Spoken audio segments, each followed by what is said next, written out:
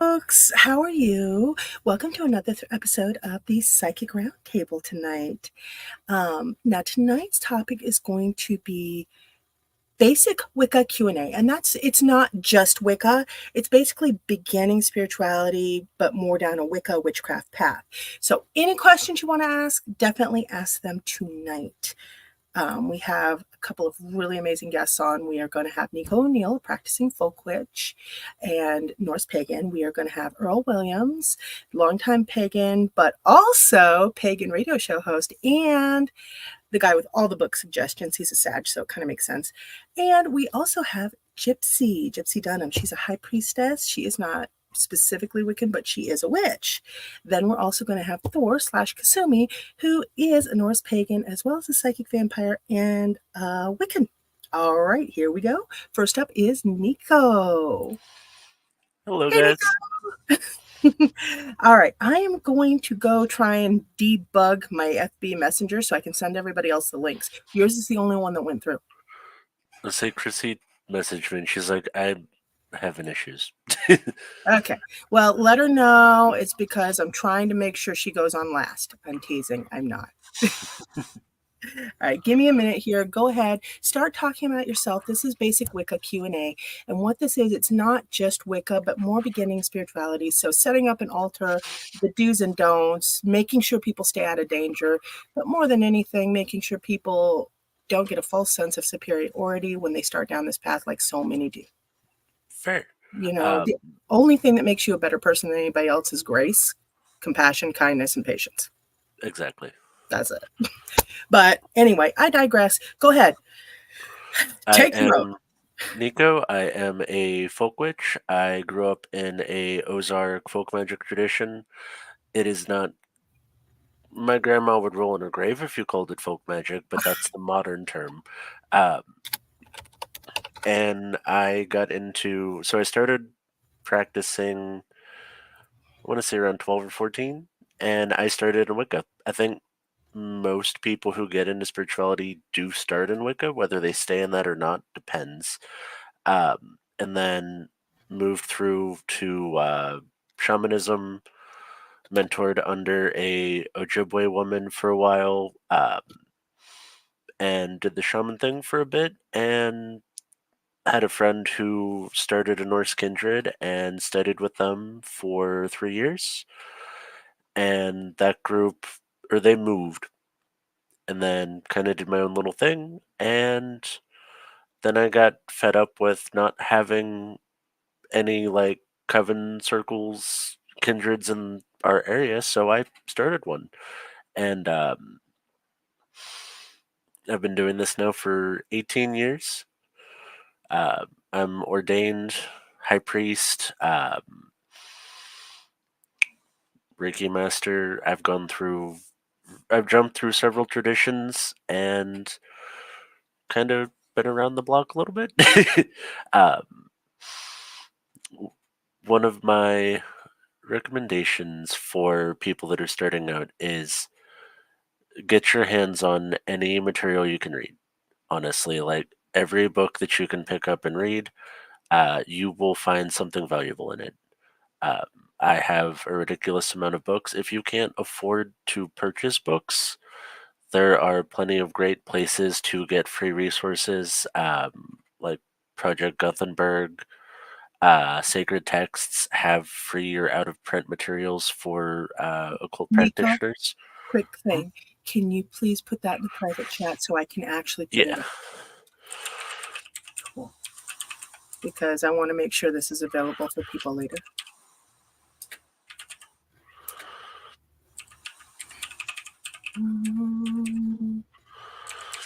Yeah, we're having all kinds of issues. Hang on. Yeah, okay. Those are good resources. Project Gutenberg has a bunch of folklore texts and older books, mythology books. Sacred Texts has a lot of older pagan books and a lot of authors that have left the standard printing companies and moved to private printing. A lot of them have moved their information What for the free. hell? It's Mercury retrograde. I'm sorry, did you hear that? Something just started going off in the background. Yeah, I heard a weird little garble. Oh, okay. I'm sorry, guys. I don't know what the hell is going on. Some of the things that I recommend for people to start with, I'll be the first person to tell you that I don't think altars are super important to start with. I do recommend spend time in nature. Do what you can afford, whether you have to shop at the Dollar Tree. Like, all of the pretty expensive tools are not necessary. They're beautiful, they're lovely, they're fantastic for rituals, but you don't need to spend hundreds and hundreds of dollars to start. It's not necessary. No. You can forge for a lot of things, you can make a lot of your own stuff, and But having good quality equipment does actually help. it is nice Farther when you along. can afford it to get it, but if you're just starting out, don't go spend $2,000-$3,000 on supplies, especially if you don't know that it's something that you're going to stick with. That is true. Like, for me, Because I've moved honestly, through. gifting your stuff, gifting your ritual stuff is not a good idea. It depends on how it was created and what you've done to it. Not a good idea. I've had a lot of cases come in and there have been bad stuff with the gifting. It's like, no. Don't gift your tarot cards, don't gift your crystals, nothing. Just have them get their own. I promise you it'll be better. Oh my God. I would recommend books on the basics, or at least when I teach, are how to ground, which is a kind of a meditative practice where you are bringing yourself into a center, and then I like the metaphor of a tree. So you picture yourself as a tree, and then you have your roots going down and your tree branches coming up, and you're going to inhale, and then feel those roots push down, and then exhale, and then you're going to go up with you can physically lift your arms and just do this up and down, like from the inside, if that makes sense. It's a really good way to help learn grounding. Protections are the next thing you need to ground and protect, are the first things that I recommend everybody learn how to do. There's a lot of really basic protections. There's a technique called shielding that you can look into. There's some great information out there that you can get for free on how to make an energy shield. Um, and of course, there's a bunch of charms, crystals that can help do protections, tourmaline, obsidian, um, sacred symbols, pentacles, you name it. There's all kinds of goodies. Um, I would recommend learning those. And then if you are looking at Wicca or like a Wicca adjacent practice, circle casting, and then get comfortable opening a circle, starting a circle. So you're calling the four directions, the four corners, and the elements associated with those, and then raising that energy and then sending that off. There's a lot of really good books for witches that are like beginner books, which I love that there's so many beginner resources. But when you're practicing as long as I am, the unfortunate thing is there's all these beautiful beginner books, but you start running out of books to learn more the longer you do this. So I started picking up, other traditions where it's like, okay, I've learned what I wanted to from this. Now let's go study Welsh mythology and Welsh witchcraft. Okay. Now I'm kind of comfortable there. Let's go look at druidry, and I've got to the point now where like I Aha. can We got him. We confidently. got him. Woo! Hey, Earl. Evening, everyone. Hey, Gypsy. Hi. Oh, dear God. I tell you what, we've had nothing but issues with Messenger and everything else. No, Mercury retrograde, baby. Oh, wait, no, Gypsy, I was just saving you for last to bring on. Say what? That's right. I was just saving you for last. Oh, okay. Hey, I like the wood paneling. Pretty. Old house.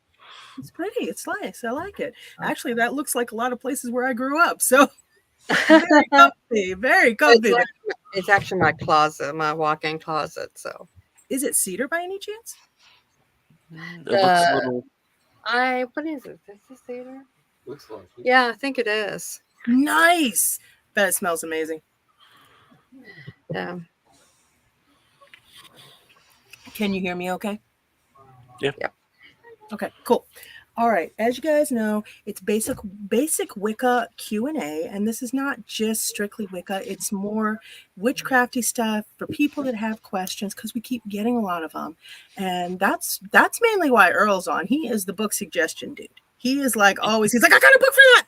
So he's a Sagittarius, which really makes sense when you look at it astrologically. But Nico's been doing a fantastic job. But Gypsy, I'd love to hear you throw your 2 cents in. Same thing with you, Earl. Okay. I'm game. So this is basically it's the basic stuff, like all the setup, protection circles, grounding, different things like that, stuff that they need to know before they start down this path. Really basic stuff, because a lot of people, they're jumping in on books that are way over their head.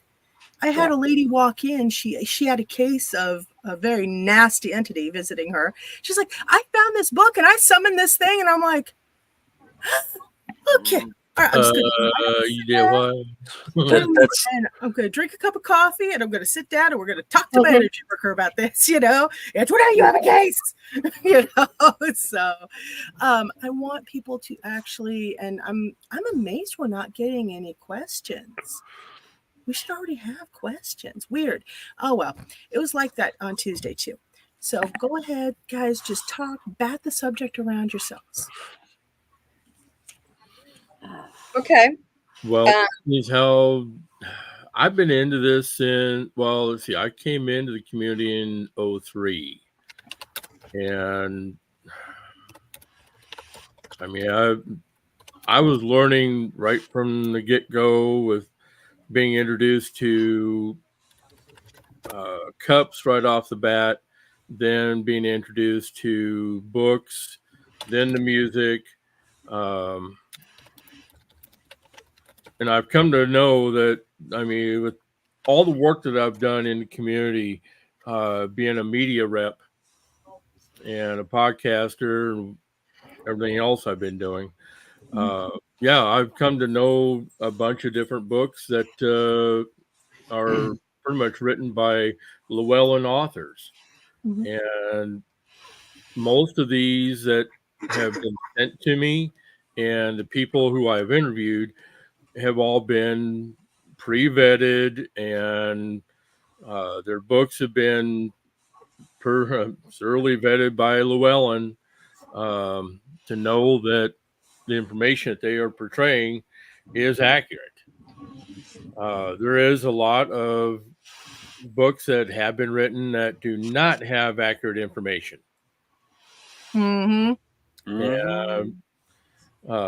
Where you have 3 pages of accurate information and a bunch of BS. Right. And the one thing that I always say to the new people, take what applies to you, toss out the rest in the trash. Yep. Well, no, because a lot of people are not even sure what applies to them. They're starting down this road just completely cold. Right. And that's great that people are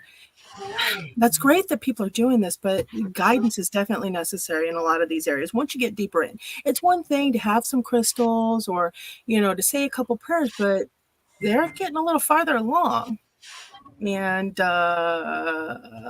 venturing into some unsafe territory. And the thing is, it's been kind of in society, it is not given 100% the respect it deserves. And I'm not talking about,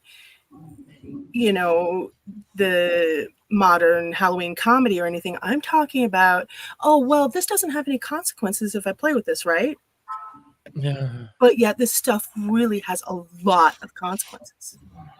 some really Right. duty nasty ones. And so we want to put this out there for people to be able to refer back to and say, okay, so if I'm just starting on this path, what are the steps? Where should I go? What should I do? What's safe right now? What's not safe? What will be safe later? Give them some basis instead of just, whee! I'm going to conjure a genie. Okay. No. Mm-mm. Exactly. All right. Okay. Hang on. Yeah. Sharing the screen here. Boop. This is the one book that I Hello, recommend Gary. to all beginners. Okay, paganism, swanky. By Joyce and River Higginbotham. Wow, River Higginbotham. She sounds like she should be like a hobbit or something. I swear to God, it sounds like she's coming out of Lord of the Rings. That's amazing. Okay, That is primarily the one book that I've always recommended. There are a bunch of others for new people that I will also recommend. And give me just a second here because there's another one I want to bring up.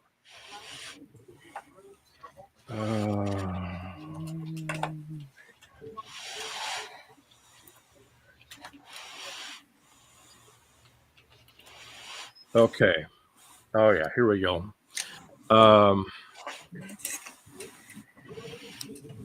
I'll go wait. while Earl's searching that out, Gypsy, I'd love to hear Yes. your 2 cents. Well, books are good reference. Okay. Good resources if you pick the right books. We was always taught hands-on about books. We was told the books is good for reference and that's it. But you also have to cross-reference it with other books or what other people has told you, like a priest or priestess. And that's another thing. A lot of the people claiming to be priests and priestesses, they got some issues. They also have control and power dynamic issues. Well, there's differences in the structures. I don't want to say that like people that are initiated into a coven are better than people that are self-initiated because that's not the case. Hang on just 1 second, Nico. To walk a pagan path. What, Earl? What's the by Alaric Albertson? Yep, Alaric Albertson. I know Alaric. That is good. Had conversations with him. Yeah, that's another good book that I recommend. Awesome. Anyway, go ahead, Nico. But remember, some people, when they don't download the Spotify app, all they're hearing is just the audio. They're not seeing the visual. So, but there's a couple ways to like go about practicing. So you can be self-initiated. You can become a nephite, or there's other terms for it, to like apprentice into a coven if you have one local to you. Which one of the best ways to find out is if you have met a physical shop near you, go in and ask. Chances are they've met coven members. They can tell you who's practicing, who's got a group. It's a fantastic way to outreach. There are some websites that some covens that are more public use, which I'll message. I was going to say, now, Gypsy and Nico, you guys run one called Within the Cauldron, right? That is our Facebook page, but not the name of the covens. Yeah. So that's our teaching platform on Facebook. Okay. So I'm going to put down Within the Cauldron as a resource. Is that all right? Would you guys be comfortable taking questions? Okay. All right. Yeah. Which is kind of funny because we had somebody that had a really, I guess you could say it was a question. Well, it wasn't really a question. She did a spell and she put it out there. Oh, step by step of what she did. It wasn't a spell that. It was the spicy working. It was the spicy working for sure. Working, but with spell work, it's sacred. You should not have to share it, broadcast it that you did something. Oh, yeah, that one. So yeah, but the group did really good. They didn't really judge her. They just more or less educated her on what she should not have done. Yeah, Okay. so she had done essentially a sour jar with a divorce spell, and it's her right to do it. We didn't know why she did it. She didn't explain any of that. But she posted pictures of the jars, the whole process, and then walked us through how she created it. Pagan Um, Curious, A Beginner's Guide to Nature, Magic, and Spirituality, Deborah D'Angelo. Okay, cool. Cool. Awesome. Okay, so back to what she was doing. Yep. So she walked us through the process of how she created the poppets, everything that's in the jar, how she worked it, and my first comment to her was, I appreciate you sharing this, but I want you to know that you gave me absolutely everything I need to break this spell. Now, if the person you were doing the spell on was in this group, they now have everything they need to break this spell. So always omit something. So if you're sharing in witchcraft spaces and groups, your spell work, always omit something, Yeah. whether that's the incantation, the several or like certain ingredients, how it was prepared. Right. Omit something to make it harder And for also, somebody to break it if you're doing those kinds of spell work. and But also, it's don't take pictures of your altars and sacred spaces. No. hit or miss. A lot of people don't. I don't mind doing it for educational purposes, but I have an entirely separate altar that I show for educational purposes and not my working altar. I will show you my house altar where I leave my offerings for the house spirits and the guardians of the house. Right. Because if you want to tap them, please go right ahead. They tap back. But I'm not going to show you where I do my healing work and things like that because I don't want people to interfere with that. And Mhm. not that everybody will, but somebody You don't want to eventually hold gets those it in their dice. head that Right. they may want to try to meddle in something.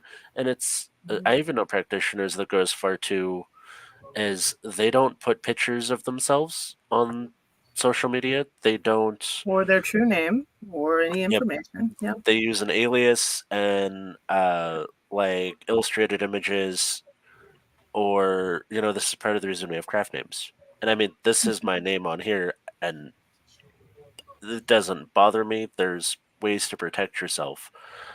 But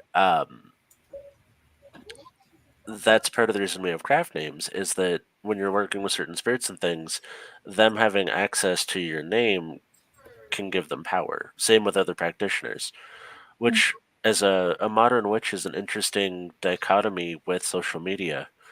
You having a social media gives us everything we need to do work for the good, the bad, the ugly. Yeah. And because, your profile's probably got your name, your date of birth, where you live, pictures of you, a Everything. picture inside your house or your front door, Yeah. And your and kids and your family and your kids, car. family members, your pets. Yep. People don't think about that. Like, if, like, that's a fantastic way in is the things that are less protected, which is awful, but children and pets are often the back burner when we think of protections. So it never hurts to you know, put a protective charm on your pet's collars if they wear them.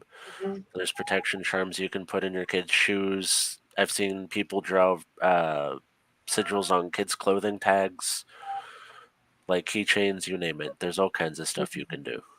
Yep. Well, the spell that she did was to break up a couple, which was like, That's no. why do you want to break up this couple? Do you want the man that she's with, or the woman, whatever? Yeah. Um, Either you way, know, though, no, that's not yeah. okay. And she said that we asked. I think some people ask her why she did it, and she just said they deserved it. So it's like, Mm. what do you mean they deserve it? did they do harm to you? You know, what's going on? Is it a justice spell? And you Yeah. know, I don't think she's answered any of the questions yet. Mm-mm. But yeah, it's usually it's on pre-approved. Everything's pre-approved. This sat in our box for about 2-3 days, I think. Yeah, we were sitting there stewing on it, sitting like, Yeah, we is this was. something we want to engage in? Yeah, or not. Because if I remember right, she posts a lot of left-hand pathworks, Yes. Zane's Tarot. Greetings. Hey, Zane. How you doing? and like, we have nothing against left-hand practitioners if things are justified, but if you're going against people for giggles, then it No. becomes an ethics issue, and I don't directly support that. No, there are explicit circumstances where there are small groups of people that I am okay with that, and those are people that are known to have done harm, and I'm okay using them as target practice occasionally. But this is a very, very specific group of people, and you know, these are abusers. These are Yeah. like the Yes. worst of the worst. And Mhm. but with all workings, I should preface this. The process is you want to do a working. Use a divination system to see what's going to happen. Can I do this working? What's the obstacles in me doing this working? What's the outcome of this working, and any additional information you need to know. So that's going to help you find out, does this person have, like, are they a practitioner? Do they have any guardian spirits that assist them? You know, what are your obstacles? Like, should you even do this working? Is it taken care of already? Like, is this something you should interfere with? And that's the forefront for me Generally, doing any spell working. generally Like, the answer is no. You shouldn't do it. yes, but if you're considering it, consult a divination system of some sort, tarot cards, runes, you name it, pendulum, and because I've been in situations before where I'm hot in my head and I'm mad about something, and it's not something I can physically, go and take care of. So it's like, okay, so maybe I should do this. So then I go consult my cards or runes and sit there and be like, okay, they said I could. And then I go talk to my high priestess, this lovely woman down here in the corner opposite of me, and be like, okay, this is the situation. This is what I'm considering doing. I got permission from my guides to do it. What do I do? And then use her as my kind of filter because I'm too in my emotions to do the spell or to think clearly about the spell. And then use that as my like buffer. But you should rarely do spells when you're in an emotional state. You should always take a couple days and kind of let it sit Mhm. and think about, is it worth doing? One of my favorite quotes is do the work, but you're not worth the herbs. Say that again. You faded out. I would do the work, but you're not worth the herbs. Nice. Okay.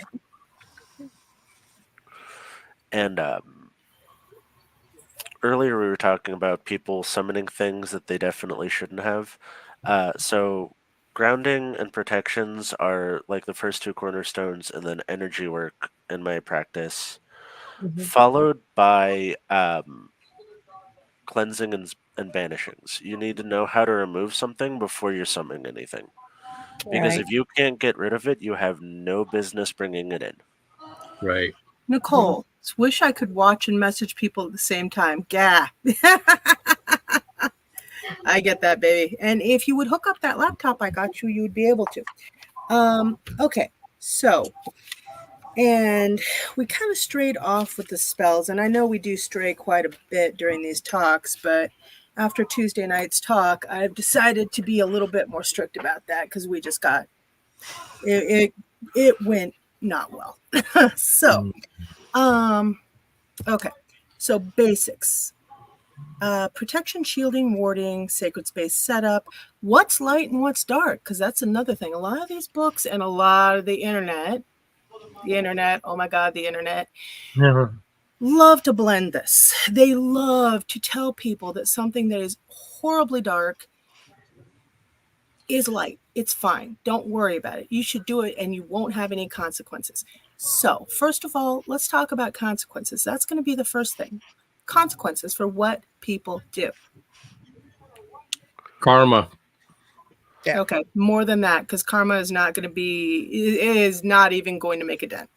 Yep. Well, it can though, but the one thing that I'm going to be very clear and very explicit about, especially for new people coming into this, the kids, whatnot.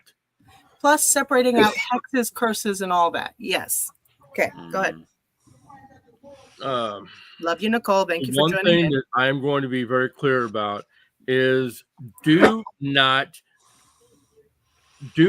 follow anything that is being told to you off of TikTok. Do not. No, I take slight offense to that because I am a TikTok content creator. However, I do educational content that's appropriate, and I'm not over here teaching people how to throw negativity on people. I teach people how to fix their problems. Yeah, there are a lot of toxic people on that platform that are spreading misinformation. They're telling people that they can just do whatever they please and they can give themselves whatever titles that they want, the whole shebang. It's like, no. Zane's Tarot, bless you. Zane's Tarot. Oh, that's a dog. I thought somebody sneezed. It's my dog. She's being a brat. So if I mute it, she's barking. If I mute, she's barking. So, well, and that's the thing. You go to Tumblr, you go to TikTok, you go to YouTube, you go to Facebook, and you will find, hell, even just personal blogs, you will find so much horrible stuff. That's actually part of the reason why I started the shop blog, to dispel the misinformation, the disinformation, the downright just, are you kidding me? Yeah. Hold on. And say anybody who's a dog lover is my kind of people. Rockstar. But it's just.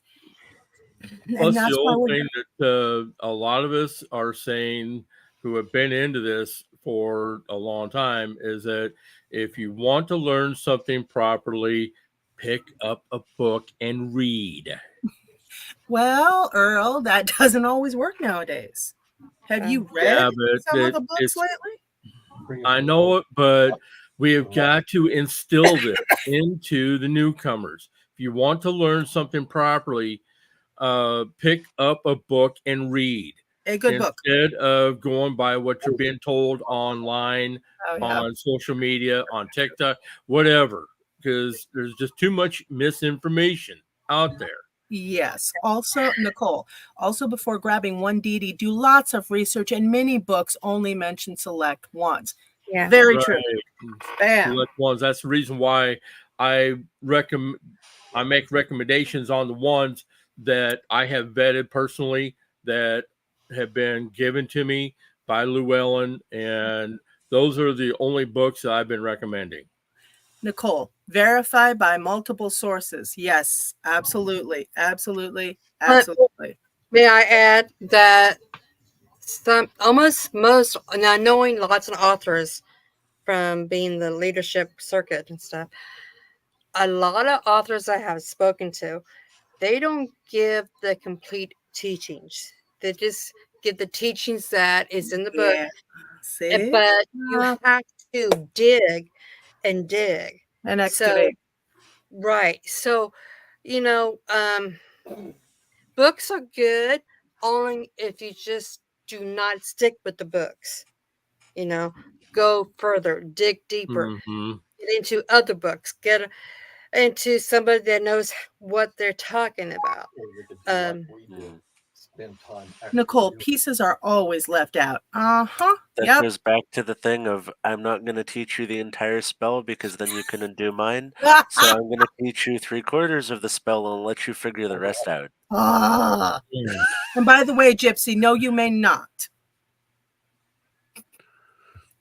I'm sorry. Thunder's here talking to me in my ear because he's like really intense about the subject, you know. So he's bring like, him on.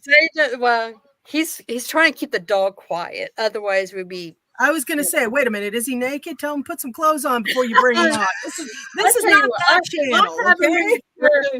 Birthday suit. I have to bring the chair over because he's like dying to dig in. Bring him on. I got no problem. Hang on, Thor's up. Oh, Nicole, and the publishers always want to fluff it up pretty, and that is so true when they put the wrong shit in. You really have to vet your books and your authors, and if you want to buy a book, go look at the reviews. No, because a lot of people can just get paid fluffy reviews. Hold on. Well, look at reviews from people in the pagan community. A lot of people do book reviews. Right. And a lot of people don't know where to go for that. Hold on, Nicole. You could have him go on FB and message. Actually, I'd rather. That's cool, Nicole, but I'd rather just yank him on. Hold on. Here's Cass. Boom. Hi, everyone. What's up? How y'all doing? Doing good. Yourself? Actually, pretty good. For how ridiculous things have been. Yeah. It's been a rougher week than I thought it was going to be.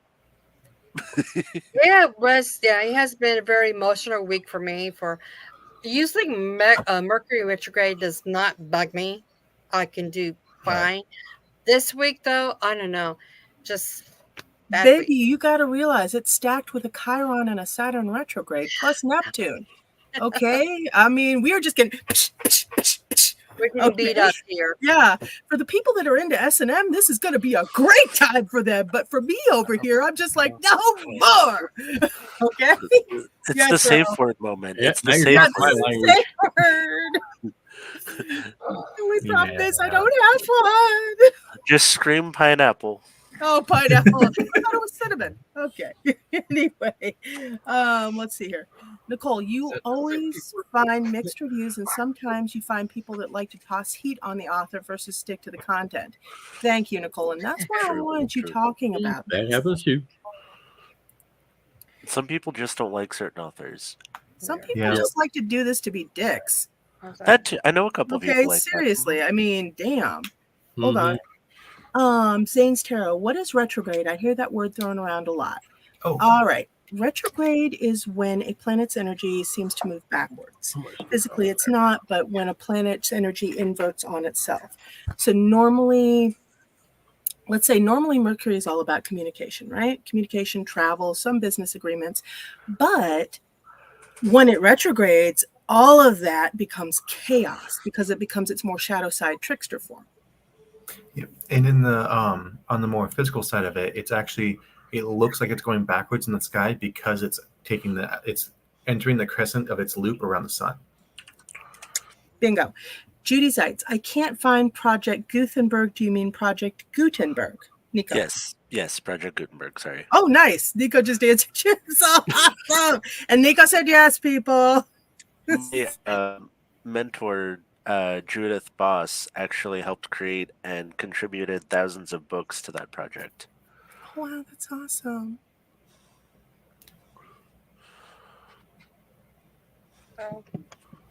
Hi. You guys can go ahead and talk. Oh, wow. Judy's joining us from YouTube. Weird. She normally talks through Facebook. Oh. I didn't know you can do that to YouTube. That's pretty awesome.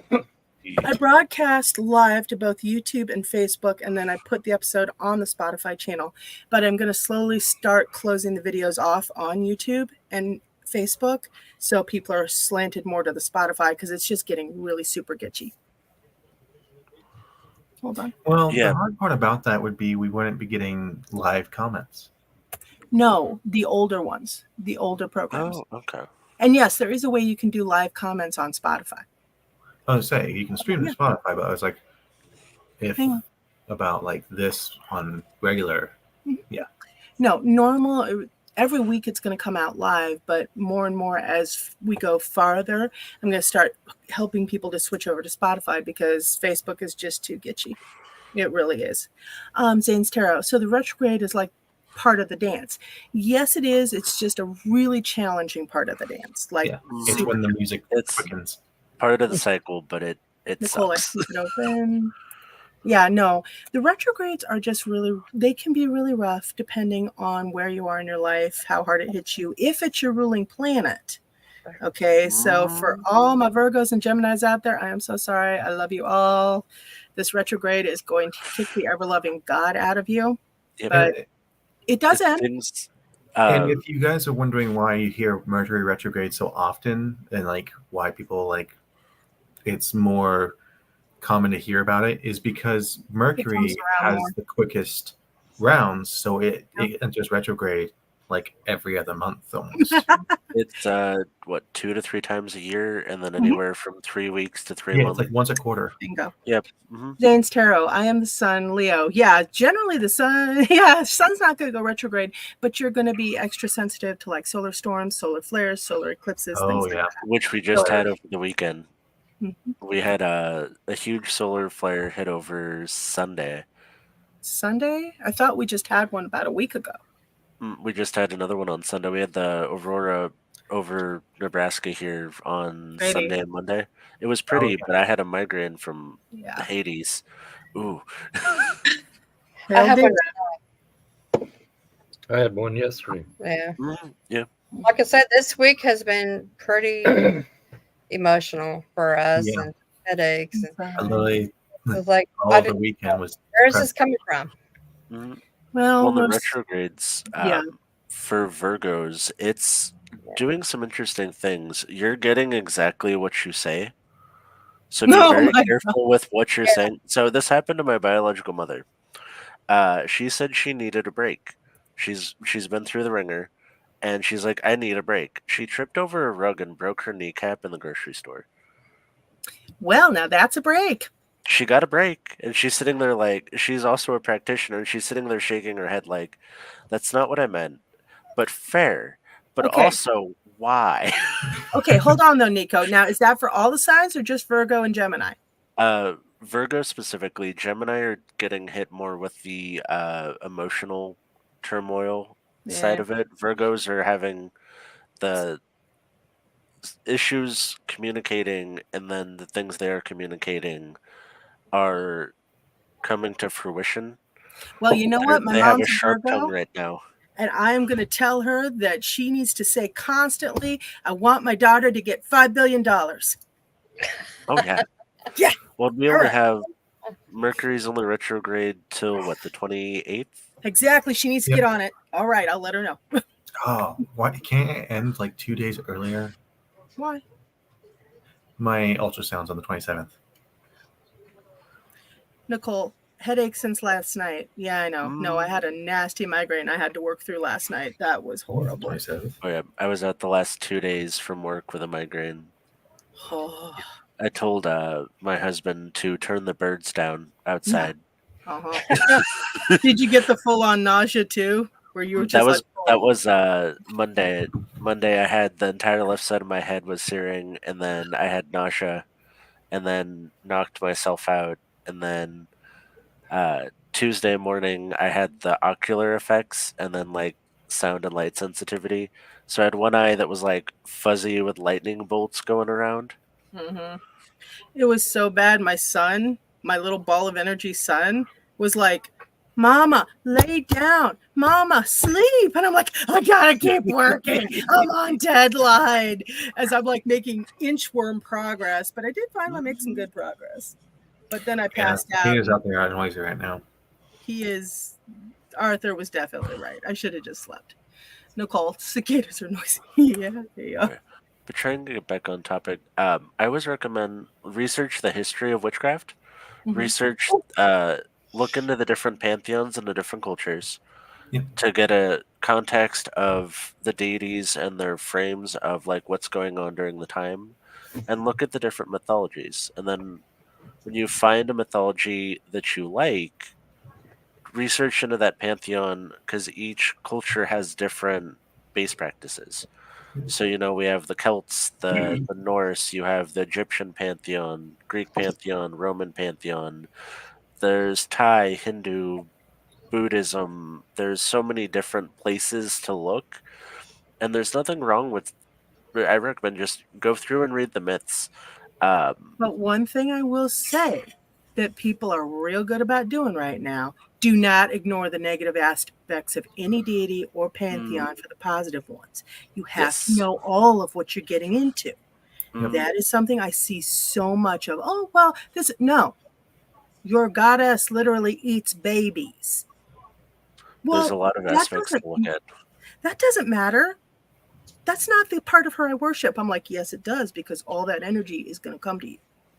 Mm-hmm. So that's one thing. Hold on. Zane's Tarot, do you have a favorite god?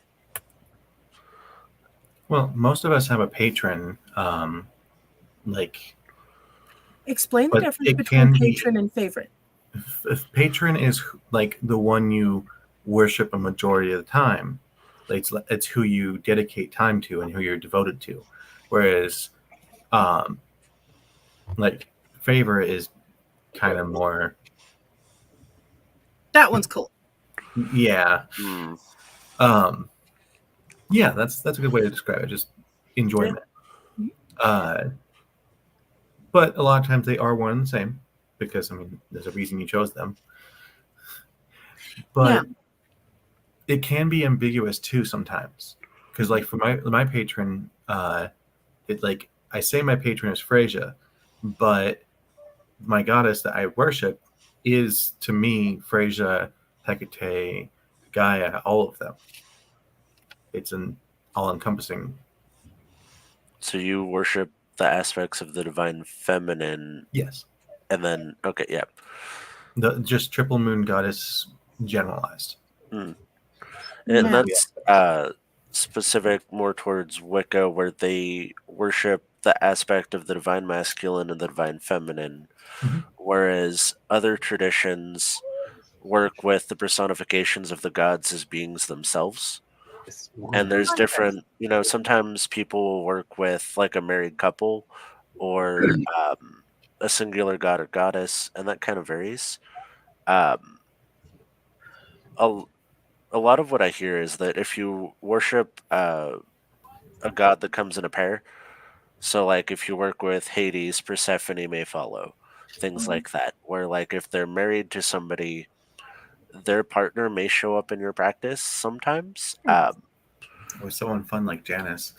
For me, so my favorite goddess does not correlate to the gods that I worship. I just love her mythology.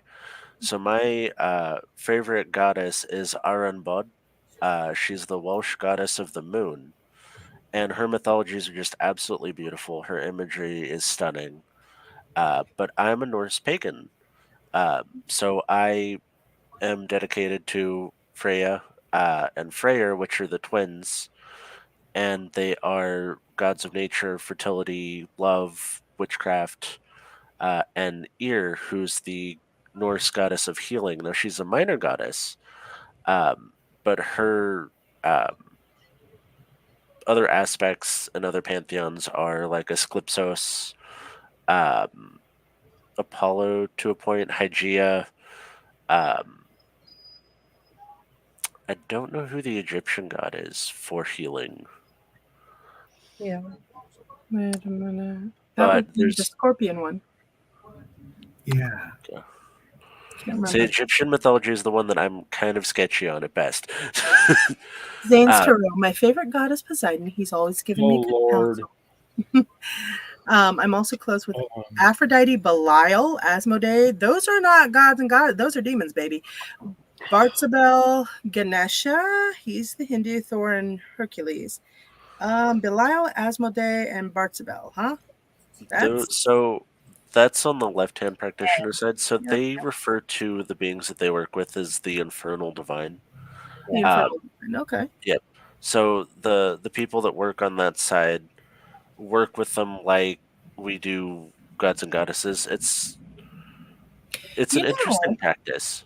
Zane's Tarot, it would be interesting to get you on to chit-chat about you working with that stuff and how it differs. I would love to have you and Nico on both to see how it differs from regular deity worship. Hang on. Harold Sanford Carter III, blessed be from Witchcraft TV. Cool. Rockstar. Okay. Zane's Tarot, yes, Belial and Asmodee are my demonic parents. Interesting. Okay. So now, Gypsy, Thunder, Earl, you guys have not had a chance to answer. Who's your favorite god? Patron versus favorite. Dionysus. Yes, I thought her. Can you hear him? Can you hear me? Kinda. Yep.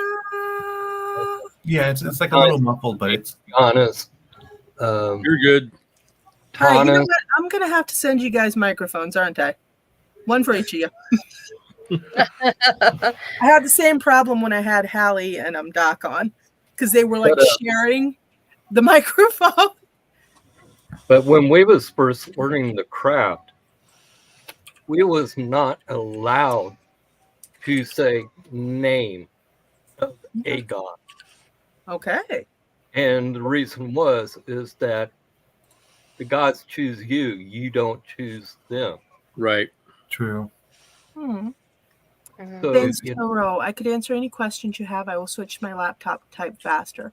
That's going to be a separate program, not on this one, Zane. So I need you to message me on Des Moines New Age Shop Facebook page so as I can get all your information and I can set up a time for Nico and you to sit down and chit chat. Well, on air. All right, go ahead. Sorry, Thunder. Didn't mean to run over you there. It's all right. But a lot of people are in a big rush to say, this is my favorite god, so I'm going to follow them. But even though that you may align with the Oh, Tatiana, that's a good one. how can I say this? The alignment of what you want versus what actually is not always correct. Mm-hmm. You know, so be cautious if you're just starting, be cautious into running into saying, well, Dionysus, or, you know, if you go to the left-hand path of Satanism, be really careful because you might be totally off base. That's kind of what happened with me is that, like I said, I consider my patron Frasier, but it's starting to feel less and less like that. And so I'm like kind of moving away from the Nordic Pantheon, which is weird to me considering was a big part of my life. Zane's Tarot. I'm on my computer now. Lol. Nicole, a full keyboard makes any typing easier. Yes, ma'am, it does. And I agree with that. When I started out, I worked with Diana, and I am on a totally different end of the spectrum now. Yeah, I'm kind of wondering if I'm leaning more towards Diana or Rhiannon. But, you know, And me personally, I've been having talks with the Norse gods. Mm-hmm. Just due to the fact that, yes, I am doing my best to learn traditional Norse. And that's the reason why I've been trying to have regular communication. I don't have one in particular yet, so I'm giving that time. Okay. And the Has anybody ever thought about, or has anybody ever done a switch up? You know, like I know some of our cover members will go to the Norse tradition for maybe 3 months, then to the Egyptian for maybe a few months, then to the Celtic for a few months, and then to our path, Levecchia Strega, for a few months. Now talk to me about Levecchia Strega. Well, Levecchia Strega, the Italian witchcraft. And okay, I don't know hardly anything about that, hon. So most people don't. My question to everybody here, which I think would be a very Q&A, is that is it okay for people to do that, to have different gods during different times of year? Yes, as long as they're not seasonal. If they have an oath bound to a specific devotional, Yes.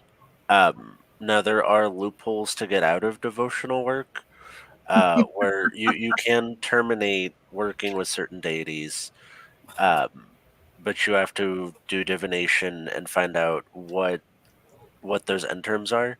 And if you're gonna do deity work, you can always impose that I would like to work with this deity for this period of time, and then you can reevaluate and go from there. Where I've worked with different deities, so I started out with Greco-Roman and Rough start. yeah, and I moved into shamanism where we didn't worship any gods in particular. We had like a creator spirit, but I worked with, elementals and animal plant spirits, and I didn't have a need for it. I didn't need to go up any higher. And then I started studying with a kindred, and I was sitting there like, I don't need the deity work. I just want to like learn how to read the runes and the magic and the mythology. And then a couple years ago, I started getting a lot of weird signs and started having cats show up at my house, and not just one, like five different cats would just come up and sit on my porch, and then tons of hawks and like strange colored cats. We had like a buttercup yellow cat that would wander my neighborhood, and it's like that's a really weird cat. Nicole, And then I got also, sitting I there think thinking, people also should understand it's okay to build connections throughout your life with deities because paths change. Yep. Zane's Tarot. Well, I didn't have much choice in the first gods I took because they were conjured on me by a rather powerful coven, but I've loved Poseidon and Asmodee from the very beginning. yes. Nicole, some people feel they are stuck and it doesn't always go that way. I'm still leery of working I with know the some people that they would still worship the same god that they started with. That's impressive. I'm still leery of working with a deity or deities due to experiences I've had. And yeah, there's a lot of that. Mm-hmm. I may have You don't I may have to have work to with walk off deities to do screen for a witchcraft. minute and It take is some more of my entirely brain. optional. There are plenty of people that do witchcraft through their own personal power, through their ancestors. You don't have to do deity work to do Wicca or witchcraft. Yeah, correct. Yes. Nope, you don't. One of the basic things I wanted to talk about, and I'm going to pull it back to the basics because spells and deities are all great and everything, but that's not the basic stuff. I'm talking about protection, shielding, warding, sacred space setup, what's light, what's dark, Shielding and is very then important. yeah, and then also going to what's more advanced that they shouldn't be messing with until however long they've been in, like summoning stuff, mirror magic, sour jars, banishing. There's a lot of heavy duty stuff, but people need to know when it's okay to bring that in. Mm-hmm. So first, let's go along with protection, guys. I want all of your thoughts on it. Gypsy, especially you and Thunder. You guys have been in this for how long? How long have you been doing it? Probably almost, as a coven, about over 30 years. No, you guys, just you guys. More than I've been alive. For individual, we probably almost all our life, just about. Mm-hmm. So, I mean, you got to remember, Thunder and I had been together ever since I was 14. Okay. So we've been together for actually 44 years, been married for 39 years. So he got you young and trained you up right, Gypsy? Actually, I trained him. Yeah. All right. I took the reins on that. Yeah. Are you sure about that? Yes, I am. And I can attest to that from getting to work with him when I came back to Iowa from Minnesota. Now, Harold Sanford Carter. Sybil Leek suggests every priestess is the embodiment of a particular goddess. I'm going to toss that to Gypsy and Nico and Thunder and Earl. What do you guys vote on that? First of all, Sybil Leek is a goddess herself. She endured a lot. Through her book, Diary of a Witch, which is a fantastic book. It's probably one of the first books that probably ever that I read. I mean, I read them probably 15, maybe 16. I love it. It's pretty much out of print now, but you could probably get a copy somewhere. So the question, about where was it? Sorry. Sybil League suggests every priestess is the embodiment of a particular Minute. goddess. Just yes or no? Yes. Or no? Yes. Yes. All Yes. right. Thunder, Nico, Earl. Yes, no. I would Yes. say yes. So we have a similar concept within the kindred that I was in, where they call their essentially somebody's favored, quote unquote, where you your personality embodies a different deity, Mhm. and it becomes pretty evident on like who claimed you. Okay. All right. Zane. Now, this is, I'm going to put this to all y'all. Zane's tarot. I basically just take in lots of darkness, and then my senses tell me I need to witch something, and I just witch it by hitting it with hella darkness. That is a really bad idea. But y'all, discuss. I mean, it can be harm reduction, but also you need to have a constructive way to deal with those negative feelings and energies. Yeah. There's a lot of Transmutation. Transmutation, transmutation Especially if you or don't have like a filter like I do. transmutation or like rage rituals where you go and ritualistically break things to Or get that energy out. get a local psychic vamp to suck that out of you. The second vamp with a filter, so it's. Oh yeah, so born vamp. Zane, be it an astral, a spirit, a living person, or whatever it might be. Yeah, no, that's highly unethical. Like ridiculously so. That's literally like something it can hit. It hits. Yeah, you're literally taking a loaded gun and shooting it at people, just random kid, Yeah. That puppy, is something you spirit. want to be cautious of because I mean, some and people that can fire even back. like show up as like even weird things like glaucoma, Oh wow. because like taking in darkness, blinding, it's an aspect of it. Yeah. Okay. Hold on. And another something else I was going to add to the comment. Just by going from my readings and research on creation stories from that basically cover a lot of the goddesses and gods, that yes, basically every deity is going to be known by several different names. Very true. Because of what they do. Yeah, they have different epithets, which are the different titles for different aspects of what they do. Yeah. Quick thing. Thor, Kasumi, this is one for you. I think you and Zane need to talk. Zane, I am a psychic vamp. Fuck was that? I heard that That too. was the deities telling you you need to take an interest in this guy. That sounded like a bowling ball hit your ceiling. Just That was outside somewhere. well, we've been getting weird storms today. That was like either a really percussive firework or a gunshot. But It's that's normal where I live. Des Moines has changed from when I moved here. All right. So just a Christina, couple weeks ago, hi, there was everyone. a nude streaker that stole a car from someone. Are you serious? Yeah, Wow. in downtown. You're not messing with me, are you? No, I saw the video. I'm like, what the fuck? Okay. Christina. Hi, Alicia, Nicole, Cass. Mwah. Hi, Christina. Okay, so we're going to go back to this comment. Nicole was going to say, when started with getting the main stuff for the practice like wand, chalice, pentacle, athame. Thank you, Nicole. Stacy Lynn. I was called to Wicca when I was younger, but didn't practice it until I lived in Des Moines, Iowa. Nice. Okay, and then Nicole, I think I heard it here beyond vid. Oh, it might be Storm. Christina, I just got here and I heard it. Ooh, okay. Zane, well, when you witch that way without setting a specific intention, basically the conjuration just works in your favor, which often means I'm actually helping people. It's not a curse, it's just a spell. Nico? Gypsy Thunder.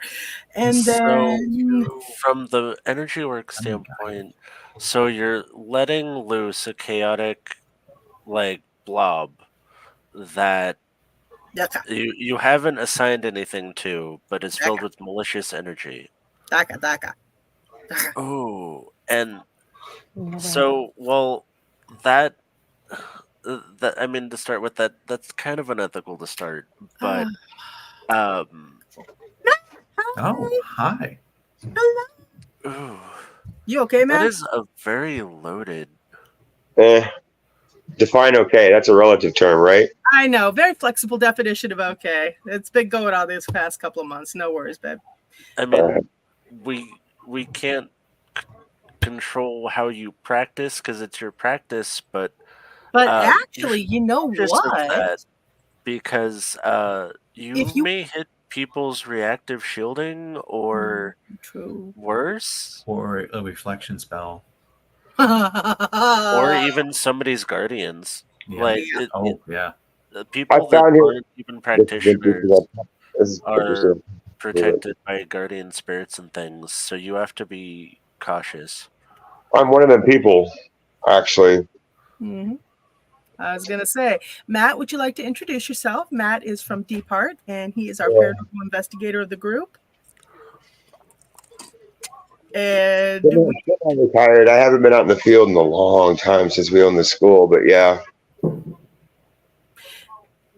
I Zane, guess I'm go ahead. like a paranormal investigator at this point. I'm sorry. I'm in a little bit of a jokey mood tonight, guys. Hey, I completely get it. I'm glad. Lighten it Yeah, up. well, You look we like gotta- you have a hella headache. You okay? No, well, let's just say my mind's right tonight. Okay. All right. Awesome. We got the car back. We got the car back yesterday, so we're mobile again. Happy? Uh, Would you like to tell the audience how many cars you've been through in the last few months? and guess what? I just found out before I came online. What? My daughter just rear-ended somebody today. What is with your family and cars? Like for the last 4 months. Oh my god. You need to put some protection spells on those cars. Like, come on. Like, no. Put some protection charms in there. Just recently, I found out about like one. It's funny that you say that. It's funny that you say that because I did have protection charms in there, and we still managed to get our asses hit while we were sitting on the side of the road. That's how our original car got wiped out. Actually, well, it was a whole series. Actually, there was a car that we were borrowing from a fellow teammate of ours, and when did the Honda get totaled? What? Get out the roll of bubble wrap. August of when? August of 21 was when the Honda got totaled. So we were without a car for about 6 to 8. Well, until the December of the next year, when our kids bought us a Kia Spectra, right? Like all the kids chipped in and bought us a car for Christmas that year, the following year. Which then we drove off and on without having issues with that car. Went through like 6 ball joints. Yeah, I'm not joking. There's one we had to replace like literally 2 months after we put it in. 2 weeks after, actually, on the one of them. So yeah, that, and then one day I'm sitting. And then the Kia was what, in March? No, I was April 2nd. I was sitting there waiting for my son to get out of school. I'm sorry, we just lost somebody. And Nico. I'll be damned if we were sitting there. He just gets in the car from getting out of school, and some young girl comes whipping out of the parking lot at a ridiculous speed, plows into somebody that then plows into the side of our car and totals it. There it is. Hey, dude. Mercury retrograde. Yep, I got goblined. Okay. Yeah, Got Goblin. I love that. Got Goblin. We should make those into T-shirts. Don't tempt me. Can I just say, just get out the roll of bubble wrap? Yeah, no kidding. Hold on, back to Zane real quick. Hey, Matt, we got somebody who's a psychic vamp who witches people with bad energy just at random. So hang on. Zane's Tarot. Oh, that happens anytime I'm around. It's a haunting. Christina. I meant Nico. Lol, my bad. Zane's Tarot. I mean, if I curse a mofo, they're down for the count, but it's been a minute since I've had to. Christina. Oh wow. I know See, Nico, Cass, and Alicia, but who is everyone else? I just got here. Hold on. Christina. Oh no. Zane's Tarot. Well, one time I was on a roll and I cursed like 10 people, so my spirit snapped 2 of my own curses back on me just so I could see what kind of a punch they pack, and I was cursed for weeks. Yeah, I mean, Zane. Zane's Tarot. I can, however, proudly say that I've not cast a single curse all year, which I'm very glad of. We're all happy about that, including you and your guides. Yay. Okay, so to introduce everybody, we got Earl from Pagan Artist Spotlight, Gypsy and Thunder, High Priest and Priestess, Nico, Folk Practitioner, Matthew Bennet-DPART, Paranormal Investigator, and almost continuously shirtless when he pops by the cast now. You got shirtless Matt tonight, so Yeah, sorry. I'm just going to send you a glitter bomb in the mail next time. You better fucking not, I swear to God. I swear to God. Remember, I'm mobile now, right? It will be For pink at least the glitter. time being. At least temporarily. So it gets worse. So after the key gets totaled, we have a rental car which they yank out from underneath us. We have less than 20. We had less than 48 hours to find the car we have. So we found the car. We bought it. 3 weeks later, we find out that he sold it to us with half the oil in it, and the car seized on us. And so then we've been without a car since mid-March. That's a common Mid-April, issue with sorry, the newer mid-April. Kias is that newer Kias have oil consumption issues, and they don't do anything about it till they consume 2 quarts of oil in 1,000 miles. Well, now that Kias and there's another one that they Christina, sees pretty bad. I like you. I'm so glad you joined. Okay, Zane's Tarot, not bad energy, just darkness. Christina, ha ha ha. Nicole, wah ha ha. I can see you glitter bombing Matt. Christina, call Trilogy Media and Mark Robber for a glitter bomb. Lol. Do not encourage her, people. Do not encourage her. That will not end well. You don't know where I live, Matt. I know where your shop is, though. Yes, you do. But the fun thing is now Oh God. one of us other ones can send a glitter bomb and someone else will be blamed. Hey, no. It's going to have a direct inscription if it's from me. Yeah, no, I was going to say, she'll take responsibility for it. Yeah. I know she will. It'll be like, do not open until the round table. He'll be like, oh, I know this is fun. Just know it. Yep, nope, that'll never get opened. I don't care what it is. It'll never get opened. There's $50 in the bottom. Oh, You know what? Oh, you know you'd open it then. You totally would. Okay, You're not fair. Gypsy, Earl, Cass, if you knew it was a glitter bomb and it had $50 in the bottom of it, would you still open it? Right before I'd you let the grandkids open it. In the bathtub. If there's a way to disarm the dumb thing, yeah. Put it in water. You put it in water. The money dries out. Yep. That's fair. I ain't silly. Well, I guess I'm silly. I guess I'm just not stupid. Right. Okay. Oh no, Nico got goblined again. We need to make that. That's $1 million idea, Alicia. I mean, you need to go into business. We need to make a shirt. It's like got milk, except got goblin. Question mark. Got goblin. I'm gonna write that down. I'm not joking. That's $1 million idea. Right. Hey Nico, got goblined again. There are millions of podcasters out there that would get it, and they would buy that shirt. Okay. Got goblin. Well, I tell you what, after I do up the cute little artwork and put the saying on there in the right font, I'm going to send one for free to Nico because he's dropped off twice now. Is that 3 times? It needs to be in the white font. It needs to be in the white type font like got milk. Not goblin. White type. I'm gonna. So look up an old ad that's one of the old got milk ads. No, not again. Just like that. Only it needs to have a goblin at the top. You got it. Computer, like a laptop or something. A goblin and a laptop. Yeah, that's what it needs to be. All right, I'm done now. Yeah, like a goblin chewing on a laptop. Mm-hmm. Yep, got goblin. Hell yeah. All You right. heard it here on the Round Table first, boys and girls. This is where ideas happen. This is where the magic happens. That's right, Nico, and I'm gonna send you one for free. Just cause. Anyway. Okay. Hi again, Nico from Christina. And now anybody suggest any protection stuff for poor Matt's cars now that he's vehicled again? I probably shouldn't ask since it's a brand new motor in it too, so essentially we have a brand new car, thank God.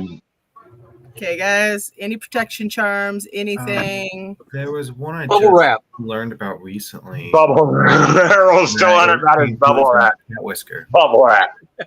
Wait, what? A cat whisker? Do you have to pluck the cat yourself though? Because I feel No, like you want one that's fallen already. Okay. Really? That's funny because that's funny because I just fucking saw one of those yesterday. We have like 4 cats. So all right. Let's see. All right. Hey, honey. Don't throw away any cat whiskers. Yeah, they have a lot of uses. I did not know that. Okay, so use it with green jade for good luck.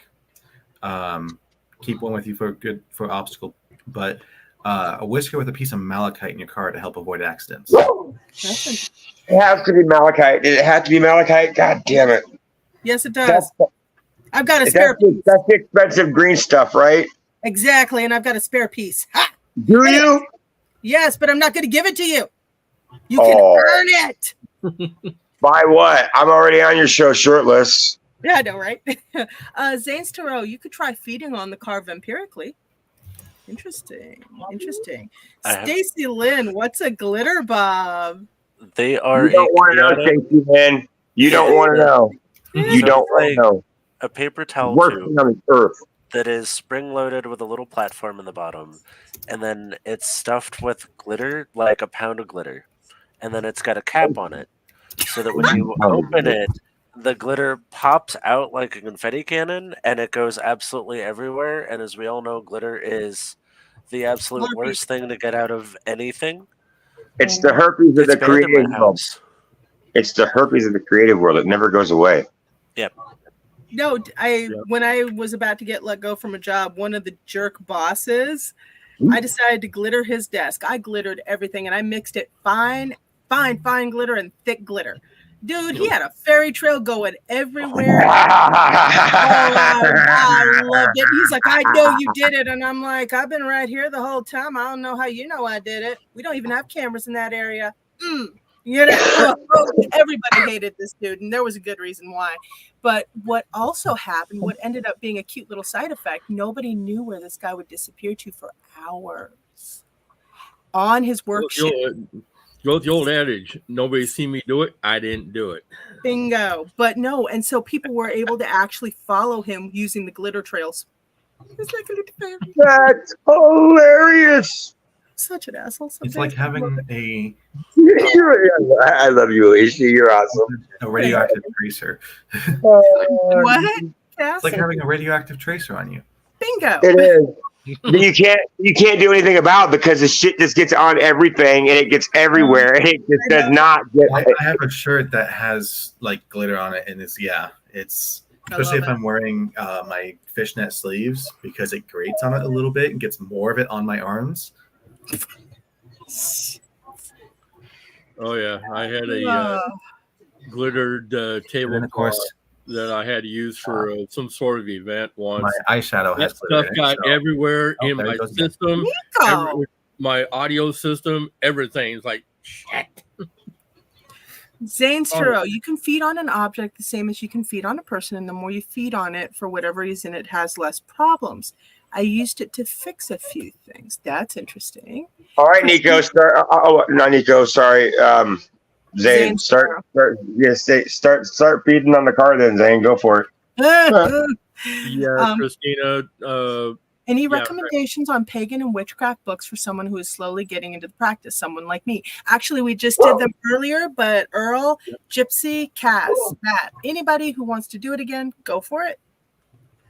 I think that if you kind of like you begin your witchcraft and then you kind of turn away from it, but not on purpose, but just mundane, get you by the balls. And so to come back to it is a book that's called What Still Remains. It's really good. I think I do have it. Psychic Witch is also a good book to kind of read and get back into your craft again. Nico? Mm-hmm. Yeah, Nico? I just lit a protection candle because I'm done with it. Nico, I love seeing your face. Don't drop off anymore, okay? You are loved. Yeah, I don't think he had control over that. You are loved. You are Trying pretty, not to. Nico. Don't worry. We all love you here. I'm trying. Nico think he has control over that. He really doesn't. I don't know. He might. Oh no. Do any of us really? No. Yeah, Zane, I wish I did. You can also Right. try praying to Saint Michael from Matt, Christina. They are used on scam call centers. Yep, glitter bombs. Stacy Lynn. She thanks you, Nico, for the explanation. Nicole, glitter goes everywhere. Hashtag Zara. Yeah. Hey, girl. Nice to see a new face. Zane Tarot. Oh, actually, I started pulling darkness out of the car the moment you mentioned it. I'm almost done. Oh, this is going to be interesting. Yay. All right, let's see if this works any better. Will you give me a report and see how this is going? Yeah, No, no, well, the car, like I said, she's running like a top right now, so hopefully it continues that way. And I'm more worried about like a freak accident. That's what I don't want to happen. I have a friend that has done Reiki on her car to be a band-aid between going to the mechanic. It works pretty well, which I was kind of surprised about because I wasn't sure about. You can charge things with Reiki, but I wasn't sure about treating an object. Well, stop and think about it for a minute. Let's go ahead and analyze this, shall we? The car is made out of alloys and metal, right? It's all got energy to it because it's stuff that it's in this world, so it has to have at least a frequency vibration to it. So, in theory, it all has energy, whether or not it's alive or not. So, I could totally see that. That completely logics out. Zane's Tarot, I think your problem is in the rear end. The gears might be misaligned. Happens a lot with older cars, sometimes on newer ones too. That's funny he said that because when I had it taken out to the mechanic, one of the things that one of the few things he said that was wrong with it besides it needed brakes is that the alignment was out. That's funny. Quit. Zane's Tarot, you still have to fix it, but it will be easier now. Hashtag Zara radio stations. I'm not sure what the context is on that, hun. Cass, I love that shirt you're wearing. It looks great on you. Oh, thank you. It's a. Let's see if I can see. Is it a dress? Yeah. Nice. Pockets. Nice. Pockets are awesome. Yeah. Okay, so protection work, and this all rolls back around into the protection work for beginners. Protection, I think, would be the first step for anybody starting out on any spirituality path, including ghost hunters. Yeah, right now? Yes, that's a very big thing. Mm-hmm. And once you get to the point where you have that connection with your guides, like our little goblin friend who just got goblined again was saying earlier, you don't really want to mess around with people unless you know what they've got protecting them, because my stuff normally isn't too scary, but I've got milk, please. Yes. Milk, please. Yes, you have milk, huh? I need my bottles filled up. Okay. You don't necessarily know what that person has as far in the way of guides go. And let me tell you, there's some pretty damn scary guides out there that I wouldn't want to mess with. Oh yeah. Nico? And hey, buddy, we were just talking about your comment. Yeah. Nico, we all think you're pretty. Now quit disappearing. I'm trying. Okay. Try harder, dude. Try harder. Get good, Nico. Jeez. Reset my router and troubleshooted my computer. So I'm hoping I fixed it. We'll see. Nicole, but not a lot of sources start with protection. Okay, Zara, I want to meet everyone. Okay, awesome. So, okay, guys. Earl, Gypsy and Thunder, Nico, who keeps disappearing, Matt, and Cass. That's all of us. Zane's Turo. I'm actually a doctor and I regularly pull darkness out of my patients. One of my patients had 4 brain tumors. After I worked on her by pulling out the darkness from her head, she lived. That's interesting. Wow. Okay. Zara, I wish I could get scared. I really wouldn't wish for that. I got some stories on that. I don't recommend it. Zara, I'm Yeah, bored. neither would I.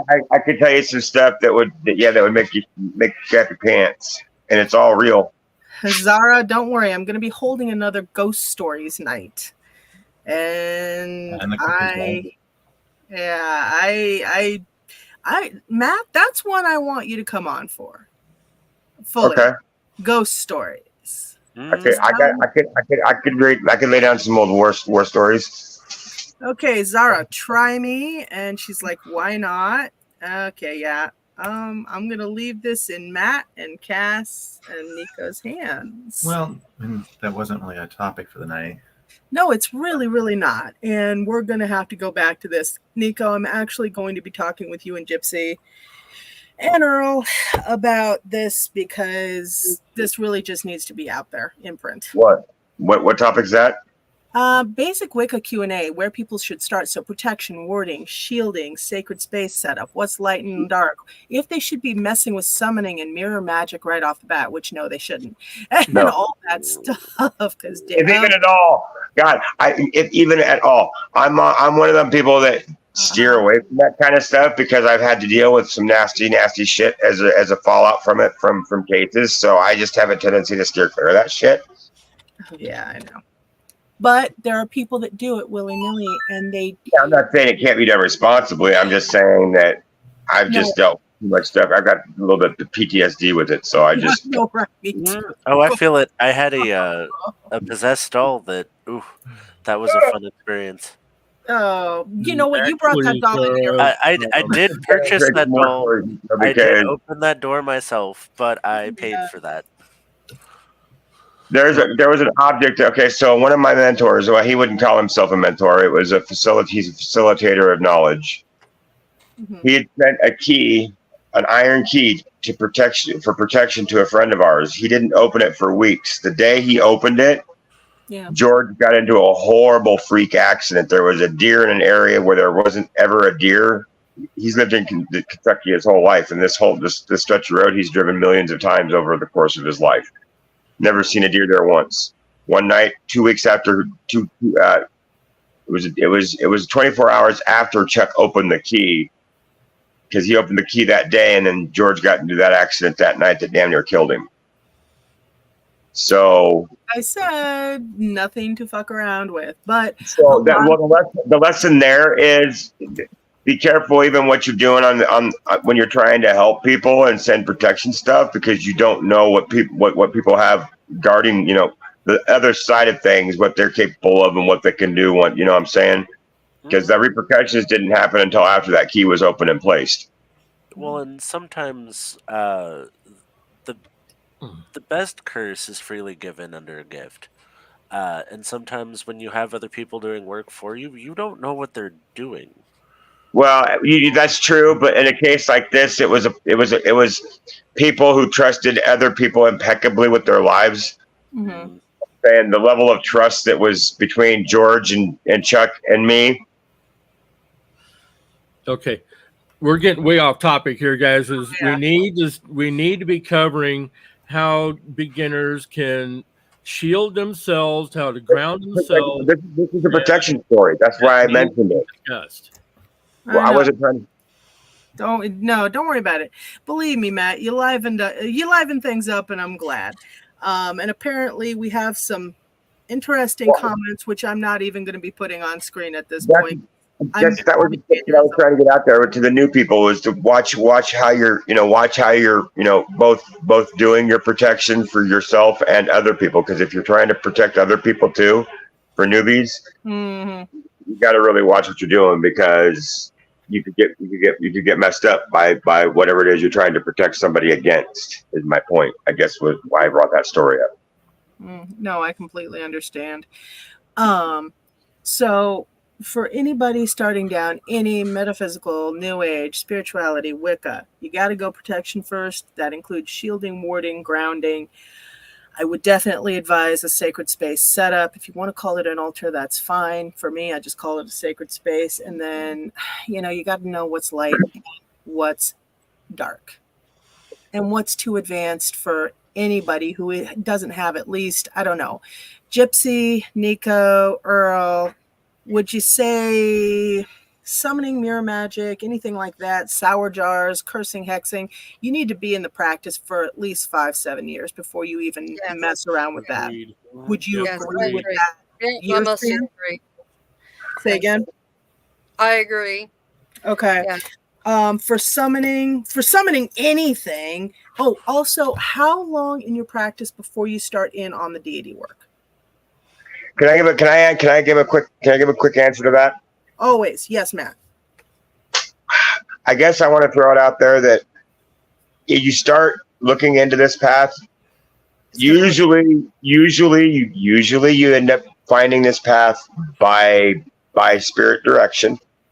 A lot of it still is spirit intertwined, and that's a big thing. Once I got into the paranormal, my spirituality actually got a lot deeper. Yeah. My point is, I'm straying. I'll wrap this up quick. No worries.